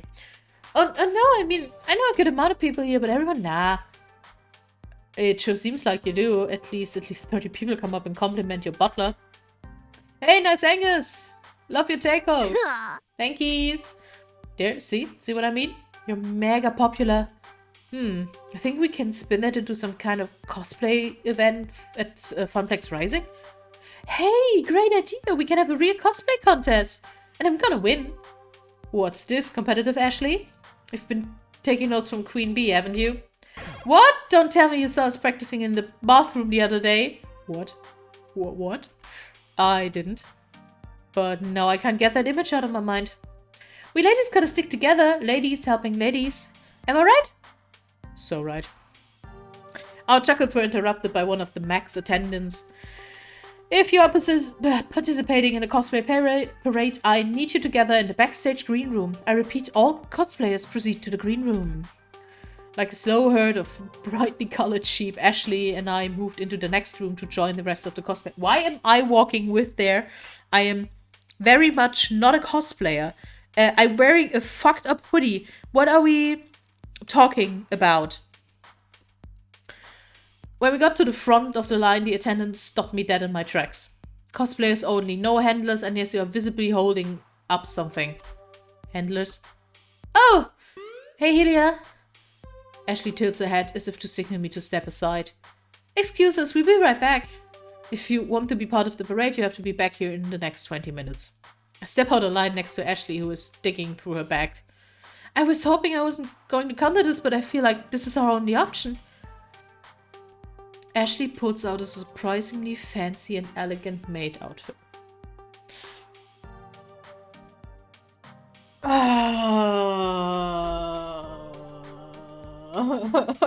Sure. Sure, put me in a maid outfit, why don't you? And then hands it to me. I need you to wear this. Wait, you just happen to have this. This is all too convenient that Ashley has a maid cosplay just tucked away roughly in my size prepared for something like this. I'm on to you. What do you mean? First of all, why exactly do I need to wear this? Secondly, you planned for this, didn't you? And lastly, you just want to see me in a maid outfit. One, you need to wear this to get on the stage as part of the cosplay parade. The moment in the spotlight would help you spread word about Funplex Rising, right? We're better than in the biggest auditorium at Max. Two, I did plan for this. Sometimes handlers aren't allowed on stage with their cosplayers and I need to get you, Ashley pointed to me, then to the theater stage, on there. Three, yes, duh. At least she's honest. Nope. But I'm not gonna force you to do something you don't want to. If you don't want to take the spotlight with me, don't worry. I'll still help promote the event. It's totally up to you, okay? No hard feelings either way. Well, this would be a terrific opportunity for me to promote my event. It is a bit of personal embarrassment the price I pay, or should I leave that to her? Let's go, why not? I can't say I'm totally thrilled, but well, why not? I'm willing to do it to help to get word out. Come here. Great, trust me, it will be tons of fun. We made our way to the nearest bathroom and I changed into the maid outfit. I struggled to figure out all the claps and what velcros to what, but Ashley took the time to help me get situated. Once we were done, we headed backstage, which I'd say resembled the Funplex break room, but hey, same purpose, same function. I like that they just switched it over because they had... Here the cosplayers lie in wait for the big show to start, including one particular butler and a newly minted maid. No. You look so cute! I wish I looked half as cute as you do in this. But seriously, you're going to have to do this with me more often. You make a perfect Alice. Alice? Right! Forget you know nothing about melee maidens. Alice is the head maid of the Neko Manor. Okay. So Angus, that's me, and Alice, that's Hughes, are siblings fighting alongside each other to prevent other maids and butlers from taking over their estate. They fight for lady... Oh my! Oh, and I almost forgot. Yeah, do I get cat ears? Ashley pulls out more costume stuff from her bag. This time it's a cat of cat. That screams fan art. Holy shit. Alice is a cat girl. What? But you don't have cat ears and I thought we were siblings. Shh, spoilers! They don't find out that they're siblings after they beat Angus's story arc. When the game starts, Angus has amnesia and after you win, Alice appears and tells you everything. Angus' power is unleashed and he becomes his old cat boy self. He also unlocks an extra skin you can play with, but now you've gotten very far off track. Satisfied? Any more questions? I think that covers it. Ashley fastens the cat tail on the back of my mattress and places the headband on my head. With the costume finalized, I took a long, hard look in the mirror. Fucking no! No! Oh god, I didn't need that out. Okay. Sure, why, Oh, good! Katie and Steve are here. Steff, was machst du in dem Spiel? What are you doing there? Who? They're a couple of my good cosplay friends, and they're way more talented than me even, and they just happen to be the MCs for the cosplay parade. Ashley waves them over and they smile, waving back. I talked with them earlier. After the parade, they let us come back off stage and talk about the Funplex Rising. Whoa, really? Really? Thank you so much, Ashley, that Helbaton. Isn't it helps to know people sometime? We found a few other cosplayers who dressed up as other Mealy Maiden's character and we all formed up into a group. Even though we were together, Ashley and I kept to ourselves save for pleasantries. As we chatted away, the Max attendant came back to give us a final warning before we went on stage. Everyone listen up. We got 10 minutes before the parade. Make sure you're all ready to go. I think I'm experiencing performance anxiety. My heart rate is increased and I feel rushed. Pressure to look perfect. I can't look. I try to look at the text box and not whatever this is. Ashley, do I look okay? Are my ears on straight? What about the tail? You look fine, trust me. Amazing! You're the best catgirl maid I've ever seen. This is such a... Yeah. I bet you say that to all your cosplay friends. I don't. Honest. Well, I think that your... What do you call it? Crossplay? It's fantastic. Why did you choose to crossplay as Angus anyway? I could have expected you to be one of the other fancy maids. I crossplay because that's what makes me feel most comfortable. Is Ashley an egg? At first, I dressed as various boys because I adored those characters so much, you know? But the more I did it, the more I had fun with it. The more I began to feel like me. And then I wanted to do it more and more. Ashley? Ashley, do we need to talk? I'm still trying to figure out exactly what that means in relation to who I am, and that's the confusing part. Yeah, that sounds confusing. But I guess that's all part of the journey about finding out more about myself. I know it's hard to understand. It's not. But just know that I'm working on being happy with myself. As an agender being, I get it. And one day, I'll be able to put words into what I'm feeling. But until then, I'll enjoy the ride. I didn't play in my private run through. I didn't play that Ashley rune. I'm now kind of happy that I did. Holy shit, that's cool. I see. Hope I didn't pressure you into oversharing just now. I wouldn't have shared it if I didn't feel comfortable with you. Oh, that's so nice. I mean this with all my heart. You are a cherished friend. Ew, Ashley. Gross. Well, gosh, thanks, Ashley. I really appreciate the trust you put in me. I won't let you down. Cosplayers, the time is nigh.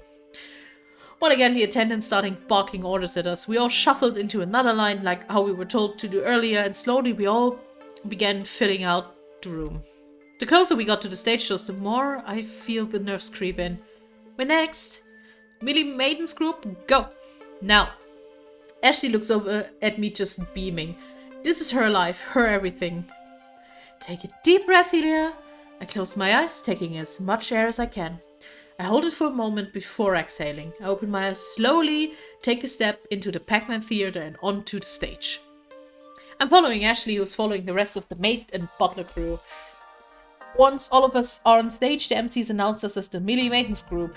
As I look out in front of us, I can see completely packed theater. It is hard to make out specifically faces due to the stage lights, but I can see the outline of hundreds of people.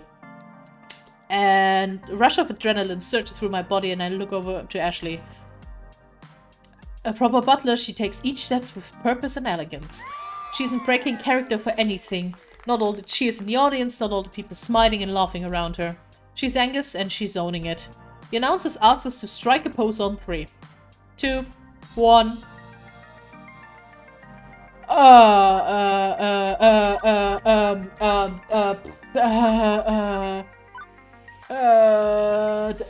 Fighting pose.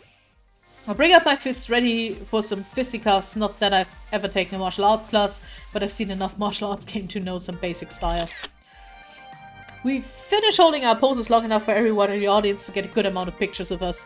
And once a sufficient amount of snaps have been snapped, an MC instructs us to stay on the stage, passing Ashley a microphone for the big Funplex Rising announcement. Thank you. Thank you, everyone. It means so much that you could join my sister Alice and I here at Neko Manor.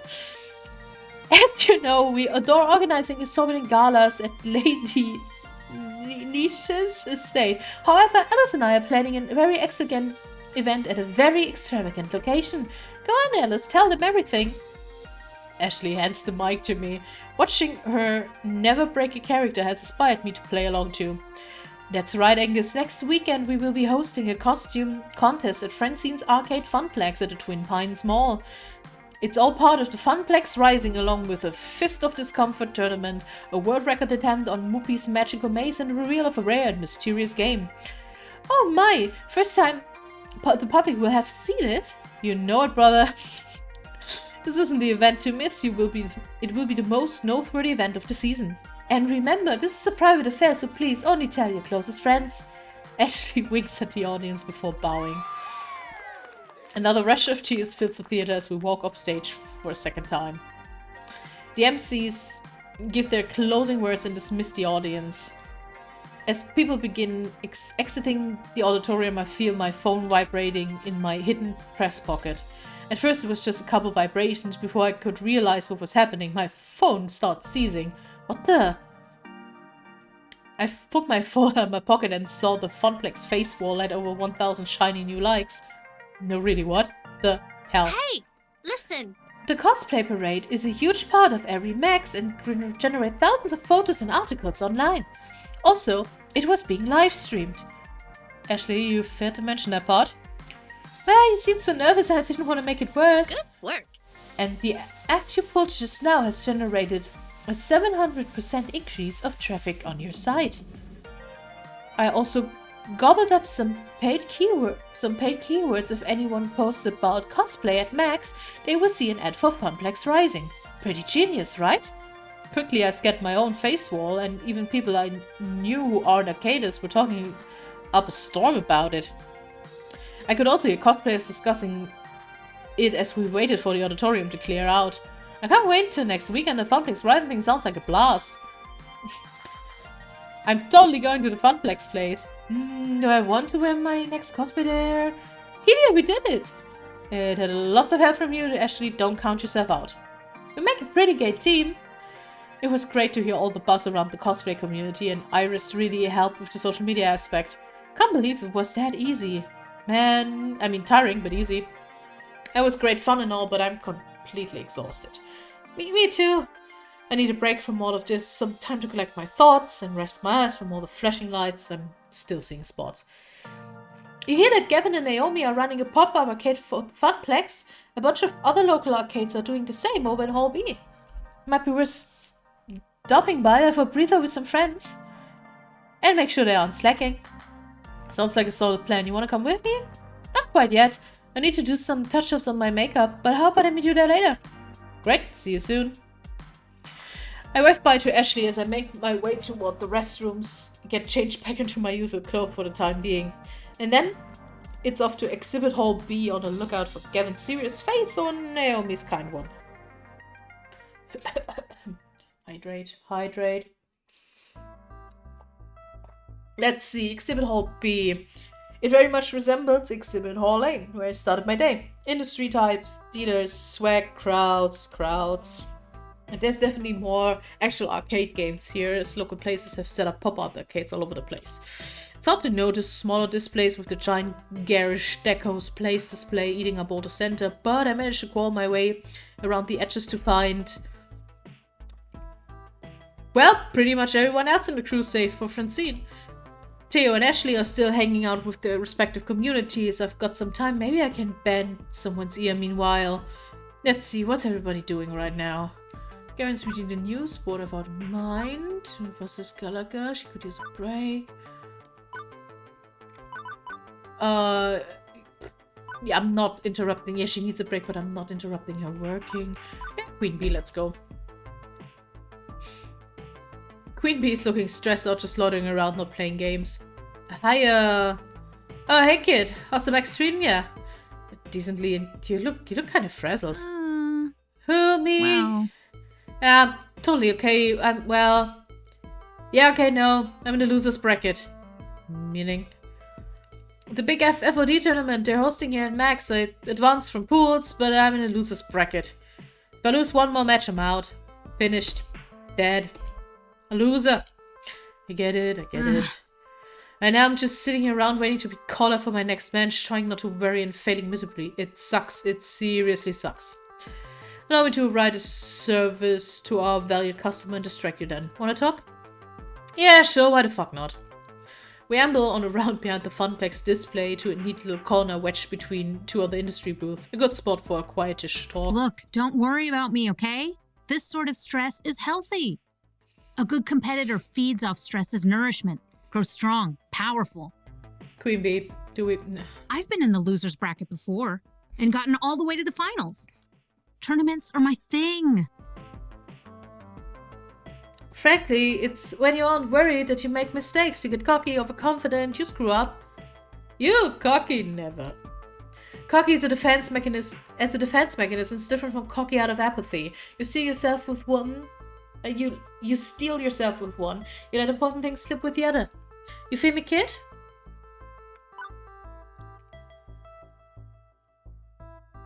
Yeah, no, let's boost her with that. Claim you can take on the world and maybe you really can. I think I get it. You can fix yourself squarely in the mindset that you can destroy all corners and it gives you the mojo you need to actually do it. So having a good or bad day, you want to go in assuming you rock the world. Nailed it. Oh, we make a champion out of you yet, kid. Well, a champion floor attendant. Event manager. What ifs? What? And you're not stressed at all, huh? Well, yeah, I can't admit it. Things have been stressful with streaming lately. Oh, how so? Because the esports streaming, everything has to be perfect all the goddamn time.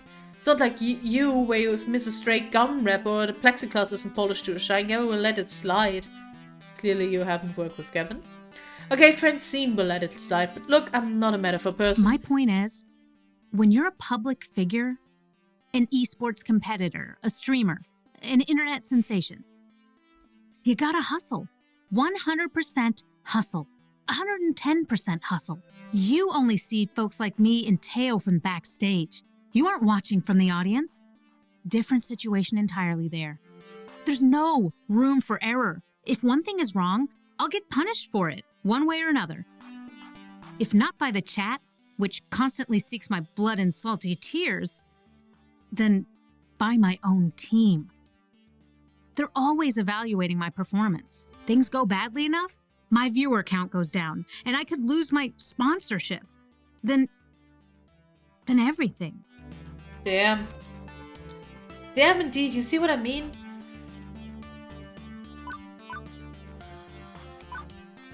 Take the world's down and flame with you. Yeah, come on. She needs it.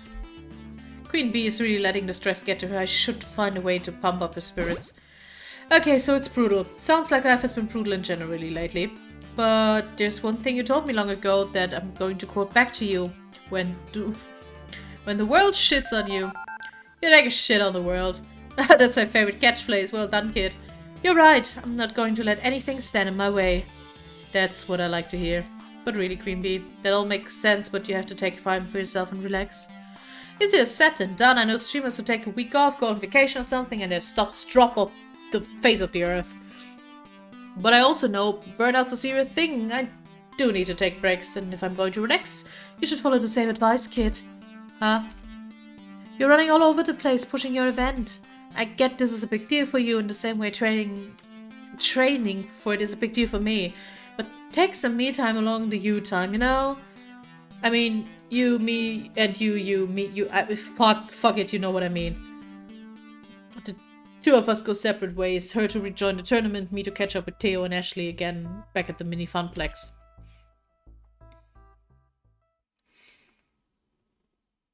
My current status? Sitting. And enjoying it. Took a few minutes of searching and stalking, but I eventually found an open seat and a pop-up arcade.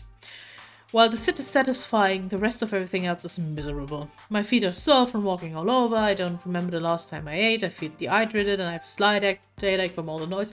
Sounds like typical con shit. And there's still 4 more hours of max left. Oh, if Gavin saw me in my current state. Leaning back, arms at my side, completely exhausted. I can picture it clearly. He'll be looming over me with his dark, unfeathered eyes. He would lean in close and frown, grumbling he'd say, "Hylia, may I remind you these seats are for patrons only." I audible sighed just thinking about it. As luck would have it, Gavin and Naomi are huddled over the Galaga cabinet, trying to figure out why the monitor's not working. Freedom. My buns are experiencing the best freedom has to offer. And while my body feels like it could collapse at any moment, I feel good about it, right? Getting the word out of the Funplex Rising was great. Seeing people's face light up and with excitement is why I'm really here. Plus, spending time with Ashley was an added bonus. She's certainly got passion to spare. I smiled to myself. The pain in my heels and the grumbling in my tummy, worth it. While enjoying the respite, I let my eyes close for a moment.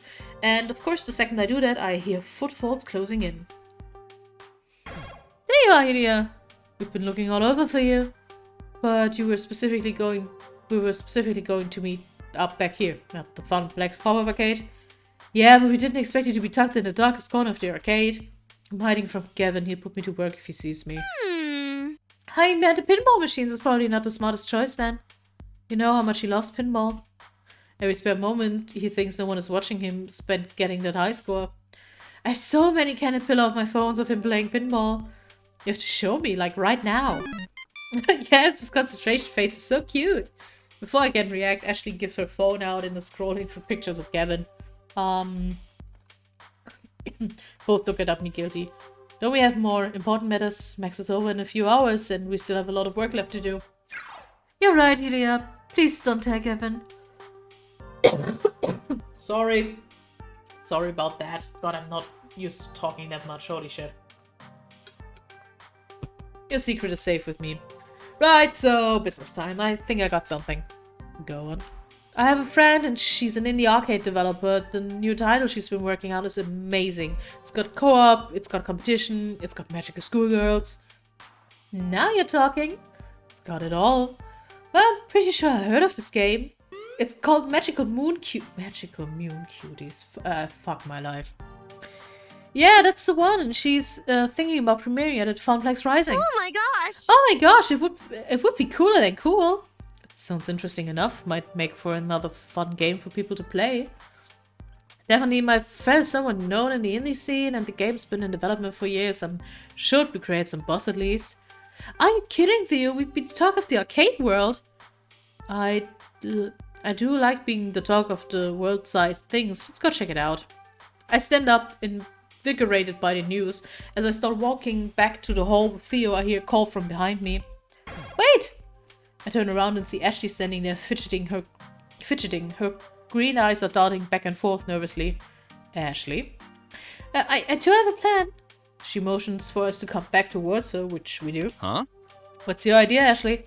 She puts an arm around Theo and the other arm around me, huddling the three of us together.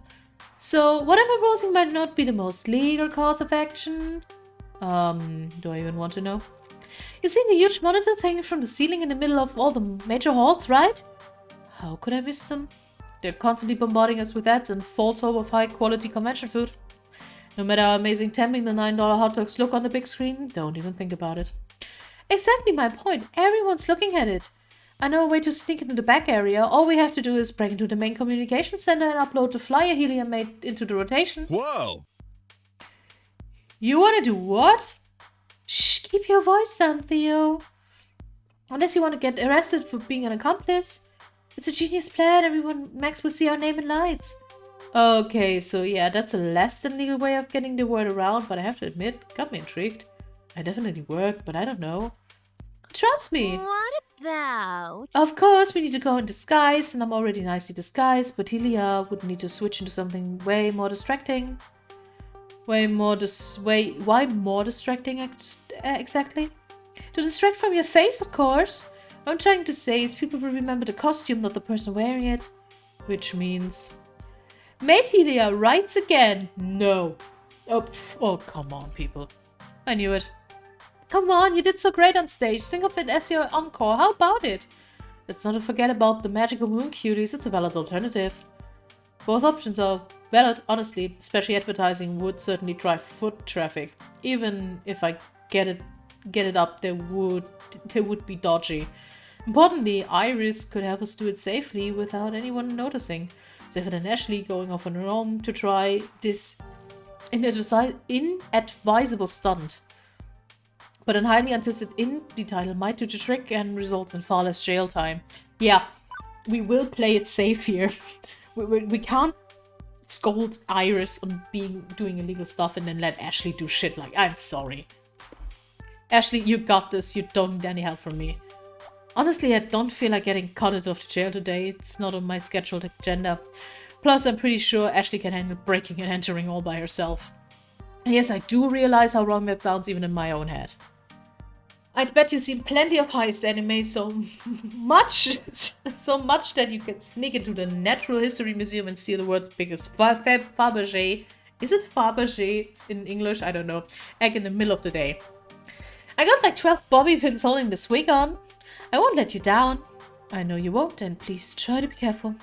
Ashley smiles widely before prancing off into the crowd of arcade folk. You can't stop worrying, Helia. Ashley knows exactly what she's doing. That's why I'm worried. Fair enough. Well, shall we go and see the lady about an indie game? We shall.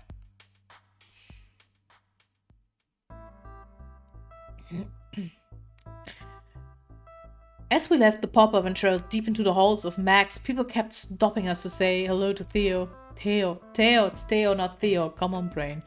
We'd be happily on a merry little way, and that getting interrupted by a random person. Oh man, it's Theo. How are you doing? Great, but hey, I'm on a way to meet with someone. Let's catch up later. Cool, laters. And this happened every couple minutes. Walking through the convention floor was like walking through a field of landmines. Where instead of explosion, it was uncomfortable instructions to people I would probably never see again. Eventually, Theo leads me back to the section of arcade games hidden behind all the major companies' booth near where he held his dance flash mob. What they set up here is mostly reminiscent of the rest of the Max. Arcade cabinets are closely lined up side by side, making several aisles for gamers to aimlessly wander down. I would have expected to be more used to pushing my way through throngs of crowds by now, but no. Theo and I forced our way through huddled masses of chittering conversations. As I look around all the different arcade game stands around us, I notice something's off. There are exactly 0 titles that I actually recognize. Tic Tac, Gauntlet, no Street Fighter, not even a hint of a pinball game. I was starting to get concerned. Theo, where in Max are we? This is the Indie Mega Arcade. Well, originally they called it the Indie Mega Arcade Expo, but then IMAX sued. The what? Didn't explain anything to me. What are all these weird games? I understand nothing. If you'll hush those alluring lips of yours for a second, I'll be more happy to accept. Fuck off, Theo. Stop the flirting. Okay, I'm hushing now. Totally and completely hushed. Now, where was I? Ah, yes. The Indie Mega Arcade is a huge area of Max that showcases all the new and upcoming indie arcade games. Indie developers get a chance to show off their stuff, get useful feedback, and maybe get a few people interested in their games along the way. It's a dream of the indie dev to make a game that people enjoy playing. I really don't know much about the indie arcade scene admittedly. Working at the Funplex offers me a crash course in arcade culture. Every day I'm learning about completely new aspects.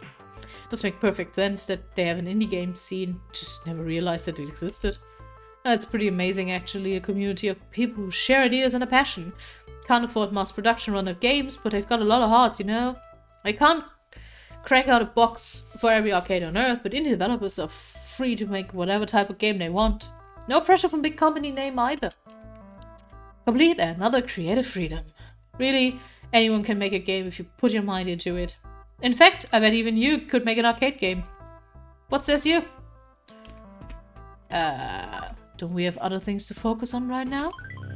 I can't deny that when I was younger I often wondered about making my own games, but let's be real here, I don't have the time for that now. Diving firsthand into creative endeavor would be interesting, but I'll leave that to the professionals. Right, now I'm focusing on Funplex Rising. Starting another project on Thunder, that wouldn't make much sense. Dreams aren't supposed to make sense. You just feel them. Just follow me on a dream. What game would you make? Fine, I'll play along, but only to indulge you. I would make...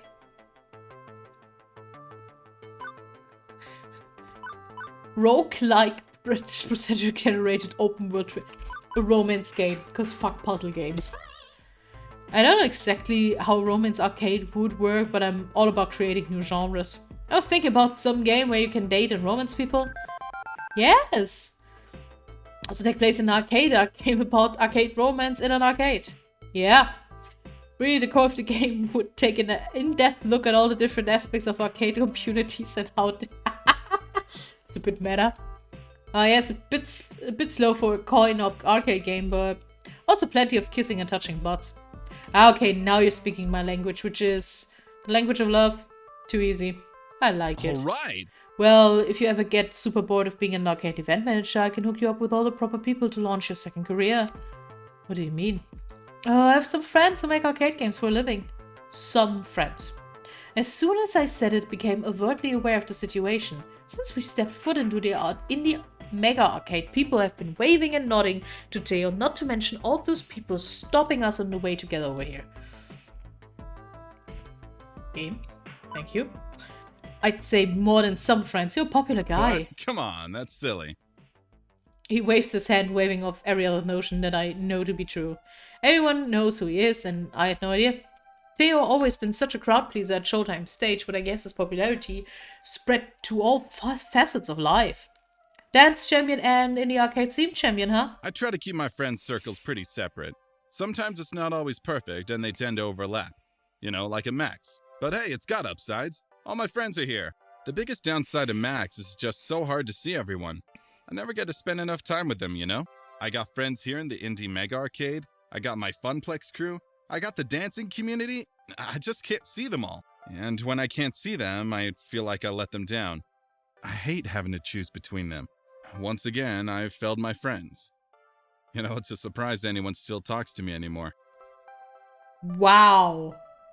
Oh, buddy boy. Theo's eyes heavenly, his mood shifted from excitement to utter solace. The cool, collected Theo is showing a side I've not seen yet. I guess he's able to experience emotion other than joy. Confirmed? Theo is not a joy robot. He's not a joy sorry. But this isn't right. Said Theo's worst Theo, and as his friend I must fix this. Allow me to boost your ego. I know Theo's feeling pretty down about not being able to see all of hundreds of thousands of his friends, but he has to realize how many friends he has and that they all support him no matter what. Theo, you know what I can't even fathom right now? Huh? Know what? I honestly have no idea. I honestly had no idea how famous you are. Like, everybody gets together and erects a golden statue in your honor sort of famous. The kind of famous that accidentally starts cults. Good cults though, not the kind of sci-fi authors enthralling Hollywood celebs with tales of spaceship and volcanoes. I'm talking like happy, carefree dance cults. I'm not famous or anything like that. I'm just a normal guy who happens to have a lot of friends. Theo, that's the exact definition of popular. If you look up popular in the dictionary, your picture would be right there. I've seen so many of your friends stop by and say hello to you, plus they completely understood when you told them you were busy. Not one of them left without a smile on their face. They really care about you. You know what? You're right. I'm always right. Ah, yes, tell me I'm right. The more I hang out with Theo, the more I learn about him. It's always something new and something unexpected. Let's bring this around to why we're here. How did you get involved with the indie arcade scene anyway? Michelle, the indie developer I wanted to meet. I met her a few years ago at the previous Max. I was hanging out with my crew near the dancing games and she stopped by to play around. Since she was new to the scene, I struck up a conversation with her, much like when I met you. Ah, so there's plenty of flirting then. I cannot help myself when I'm surrounded by such beautiful, wonderful people. And Michelle makes indie arcade games. She's only the coolest and most prolific arcade developers in the industry today. She worked on several big name indie games and she's not working, she's speaking all over the world about arcade development. Color me impressed. Sounds like Michelle is sort of an influential person who could really help Funplex Rising. She really is. And what now, Mateo Alvarez? Oh, Michelle, you're only the worst person I've ever met. As to be expected from somebody of your caliber. Ah, touché. I was just looking for you, by the way. Oh, I'm glad I found you then. What's on your mind? I wanted to introduce you to Helia. Nice to meet you. Pleasure's mine. Took me a second, but Michelle totally looks like, you aren't perchance also a federal agent? This is it, I'm doomed. It was a setup, I'm about to be renditioned to a CIA black site. Who, me? No way. Offer my sister, well... I can neither confirm nor deny what she does for a living. Ah, I see, okay, that makes sense. Gotcha. Shut up about and focus on arcade stuff. I think what Helia is trying to say is that you seem to have a very confident and authoritative expression, that's all. Yep, that's exactly what I meant. I got on the note. Thanks, Theo. Okay, sure, let's go with that. Anyway, I spoke with Theo earlier in the day and he told me that you had a business proposition. Consider me all ears. Allow me to elaborate. Helia here is recently appointed the event manager for the Funplex. Congrats, it's a cute little mom and pop place where Theo gets his groove on, right? I would categorize it more as a grandma and grandpa kind of arcade. It's not the fanciest one out there, but it's got heart. I like an arcade with a good heart. Reminds me of my youth. The good old days when you walk into a home away from home, quarter up and enjoy the company. But I digress, getting too swept up in memories. Tell me about the proposal. Helia is putting on a special event at the Funplex called Funplex Rising. It's a celebration of the arcade scene. Oh, I will. We're going to have some high score competitions, esports stuff, mystery game reveals, that works. I'm going all out of it. And Theo, it take you doing the dance event as well? Yes, it'd be great if we could add one more thing to the list. Maybe the premiere of a new indie game? Lucas, ich hasse alles. Could you possibly be my new game Magical Moon Cuties? If you allow us the honors. Have I given you the elevator pitch yet? All I know is that they're magical schoolgirls and I'm intrigued. It's a competitive, cooperative puzzle game where people have to work together to match all the magical orbs before their opponents can. I think 3 players magical drop, but with combo attacks. Everyone plays on different adorable magical schoolgirl, hence the cuties part. Sounds better than the last time I heard it. Right? I'm pretty excited to share Magical Moon Cuties to the world. I've mostly been doing some very selective demos for media outlets today, but so far the general public hasn't been allowed to play it. I'm looking for the perfect place and time to release it. Big publicity would mean I might land a manufacturing contract or a publisher so I could do a wide release. Funplex Rising might be a good choice for that, but I'm going to need a little more convincing. What else you got? Okay, Helia, don't blow this. Yeah, let's go the vitamin B in German. Vitamin R? You know the connection shit. Connections seem to be very important in the indie arcade scene and Michelle knows Theo, therefore friends help out each other, do they not? Theo's known you for years now and said nothing but good things about you. In fact, he's been talking up storm about Magical Moon Cuties and getting everyone excited. It's only fair to support him back. Keep a solid business relationship rolling alongside a solid friendship. Everybody wins. Friends are the most important and Theo's one of the best. Plus, I really want to play Magical Moon Cuties too. Ah, fair enough. I was just sassing you anyway. After I discussed it with Theo, I already knew I was going to show Magical Moon Cuties at the Funplex. Love that enthusiasm though. Really? Really? I mean, it's either the Funplex or Deco's Palace, and while Deco is the heavyweight champion of the arcade world, it's not a good fit for my dreams. Great, so it's settled. I think so. I know so. Magical Moon Cuties will have its first playable showing to the public at Funplex Rising. I hold my prototype cabinet over to your arcade the day before so I can get it set up. I'd appreciate you keep it hidden until the event though. Already bought a mystery concealing tarp for our rare game release. Heck, what's one more mystery concealing tarp between friends? This will be an event to remember and I'm thrilled. Can't wait to share the news with everyone. Hylia, thanks for the support, I really appreciate it. I should be really thanking you. Sorry to cut the convo off, but Michelle, your next interview is here. It's Mark from Hexagon. Mark, Hexagon, got it. Oh, it's so hard to keep track of all those different media outlets. Yeah, it's been great. My people will call your people or whatever they do these days. Expect your social media to explode later today. Ta-ta! And in a flash, Michelle wandered back into the crowd of people, her friends leading her into the next interview, leaving me standing in shock, unable to believe what had just happened. A top indie designer premiering at my event. I imagined the adorable smiling faces of anime magical schoolgirls. I could practically hear them cheering me on. I knew everything would be okay. This is my life. Huh? Huh? Oh, nothing, just musing to myself. Out loud, nonetheless. No worries, I do that all the time. Mostly when I'm alone, though. Love it. But overall, that went really well. I'm glad that Michelle was really excited to bring her game to the Funplex. Me too. Honestly, I feel like a weight has been lifted off my shoulders. With Ashley helping me with the Hive at the cosplay contest, I feel like Funplex Rising is going to be amazing. That's the spirit, never doubted you for a second. I was about to reply with the totally witty retort about the doubting in time, and however, we were interrupted by the sounds of a bell chime. The hall will be closing in 30 minutes. It's over already? I'm just getting started, I've barely seen anything yet. I could do this for at least another 4 hours. I'm frightened and confused as how do you still have so much energy left, Theo. I'm amazed even myself sometimes. As for me, I was exhausted, allowing yawns to escape my mouth. But I'm officially pooped and ready to go home. I still wanted to squeeze in a couple more games before the hall closes. They're going to have to drag you out of the hall once it closes, aren't they? Kicking and screaming. Thanks for the help with Funplex Rising today. That's what friends are for. And I'm glad to have you as a friend. Ditto. See you back at the arcade. With our pleasantry exchange, I left Theo to finish the dying seconds of Max in the Mega Arcade.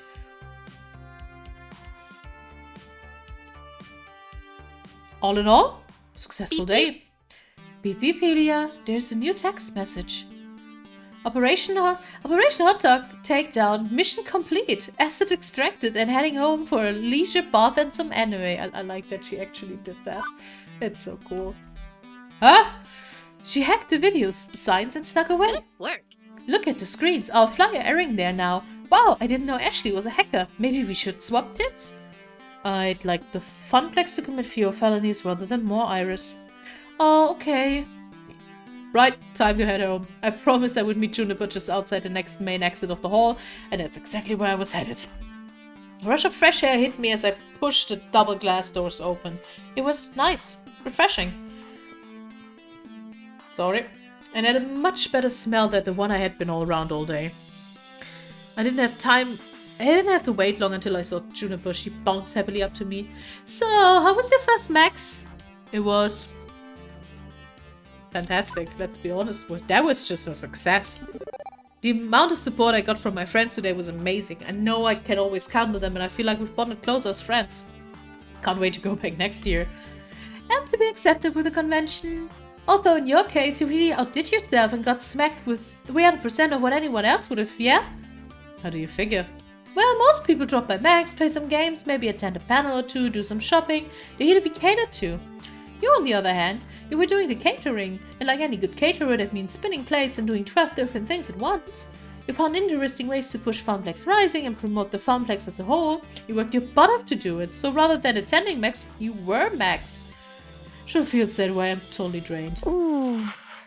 Kinda envy you, you know? It sounds like you had some great adventures today, other than designing that flyer. I didn't do much beyond playing a few games and buying cute t-shirts and stuff, but let me tell you, they're super cute t-shirts. I'm glad I could support you though, even if it was just, you know, by doodling up a flyer.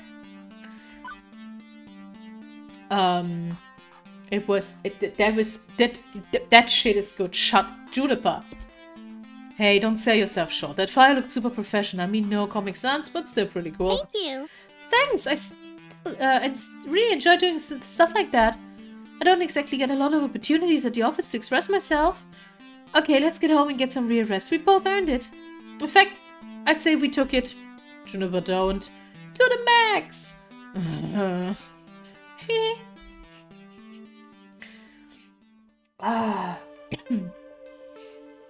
After that moment, the rest of the evening was a blur. I knew that Juniper and I took the train back home, heated up some pizza bagels, and I safely made it to my comfy bed.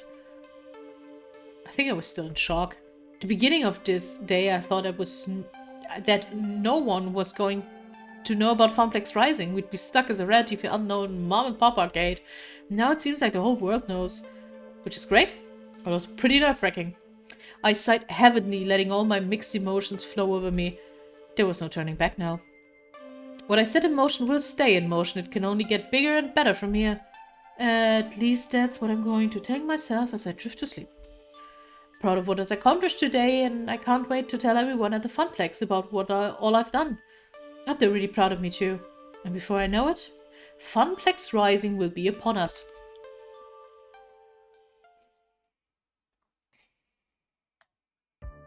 Oh, that was level 3 up. Let's see our score. Yeah, we're really hitting it with Ashley, and I'm sorry for the Percy lovers that this is not happening.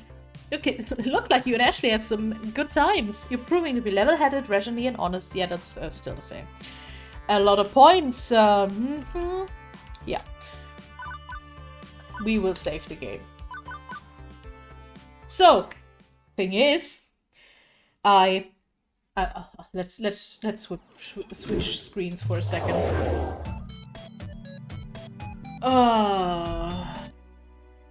I planned on actually finishing that game in like one thing, but I forget how fucking long that game is, and we now have, I think, 2 more levels into, and we're now at 2.5 hours.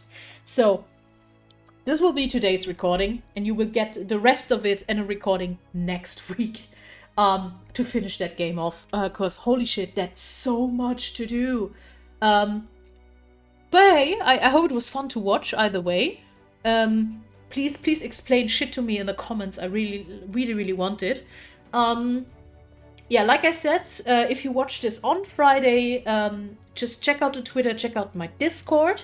So you can actually be up to date and can maybe see me playing a TTRPG on Saturday. That would be nice. I will see you next week for, well, Arcade Spirits, Minecraft, and Hunt Showdown, all pre-recorded, until I'm back home. And then we will be back to having a streaming schedule, I suppose. Oh, well, at least I hope so. Thanks for watching. If you want to, please like, comment, you know all that shit you do with YouTube videos. You know how that works. You're not watching YouTube videos since fucking yesterday, right? So, thanks for watching. Bye!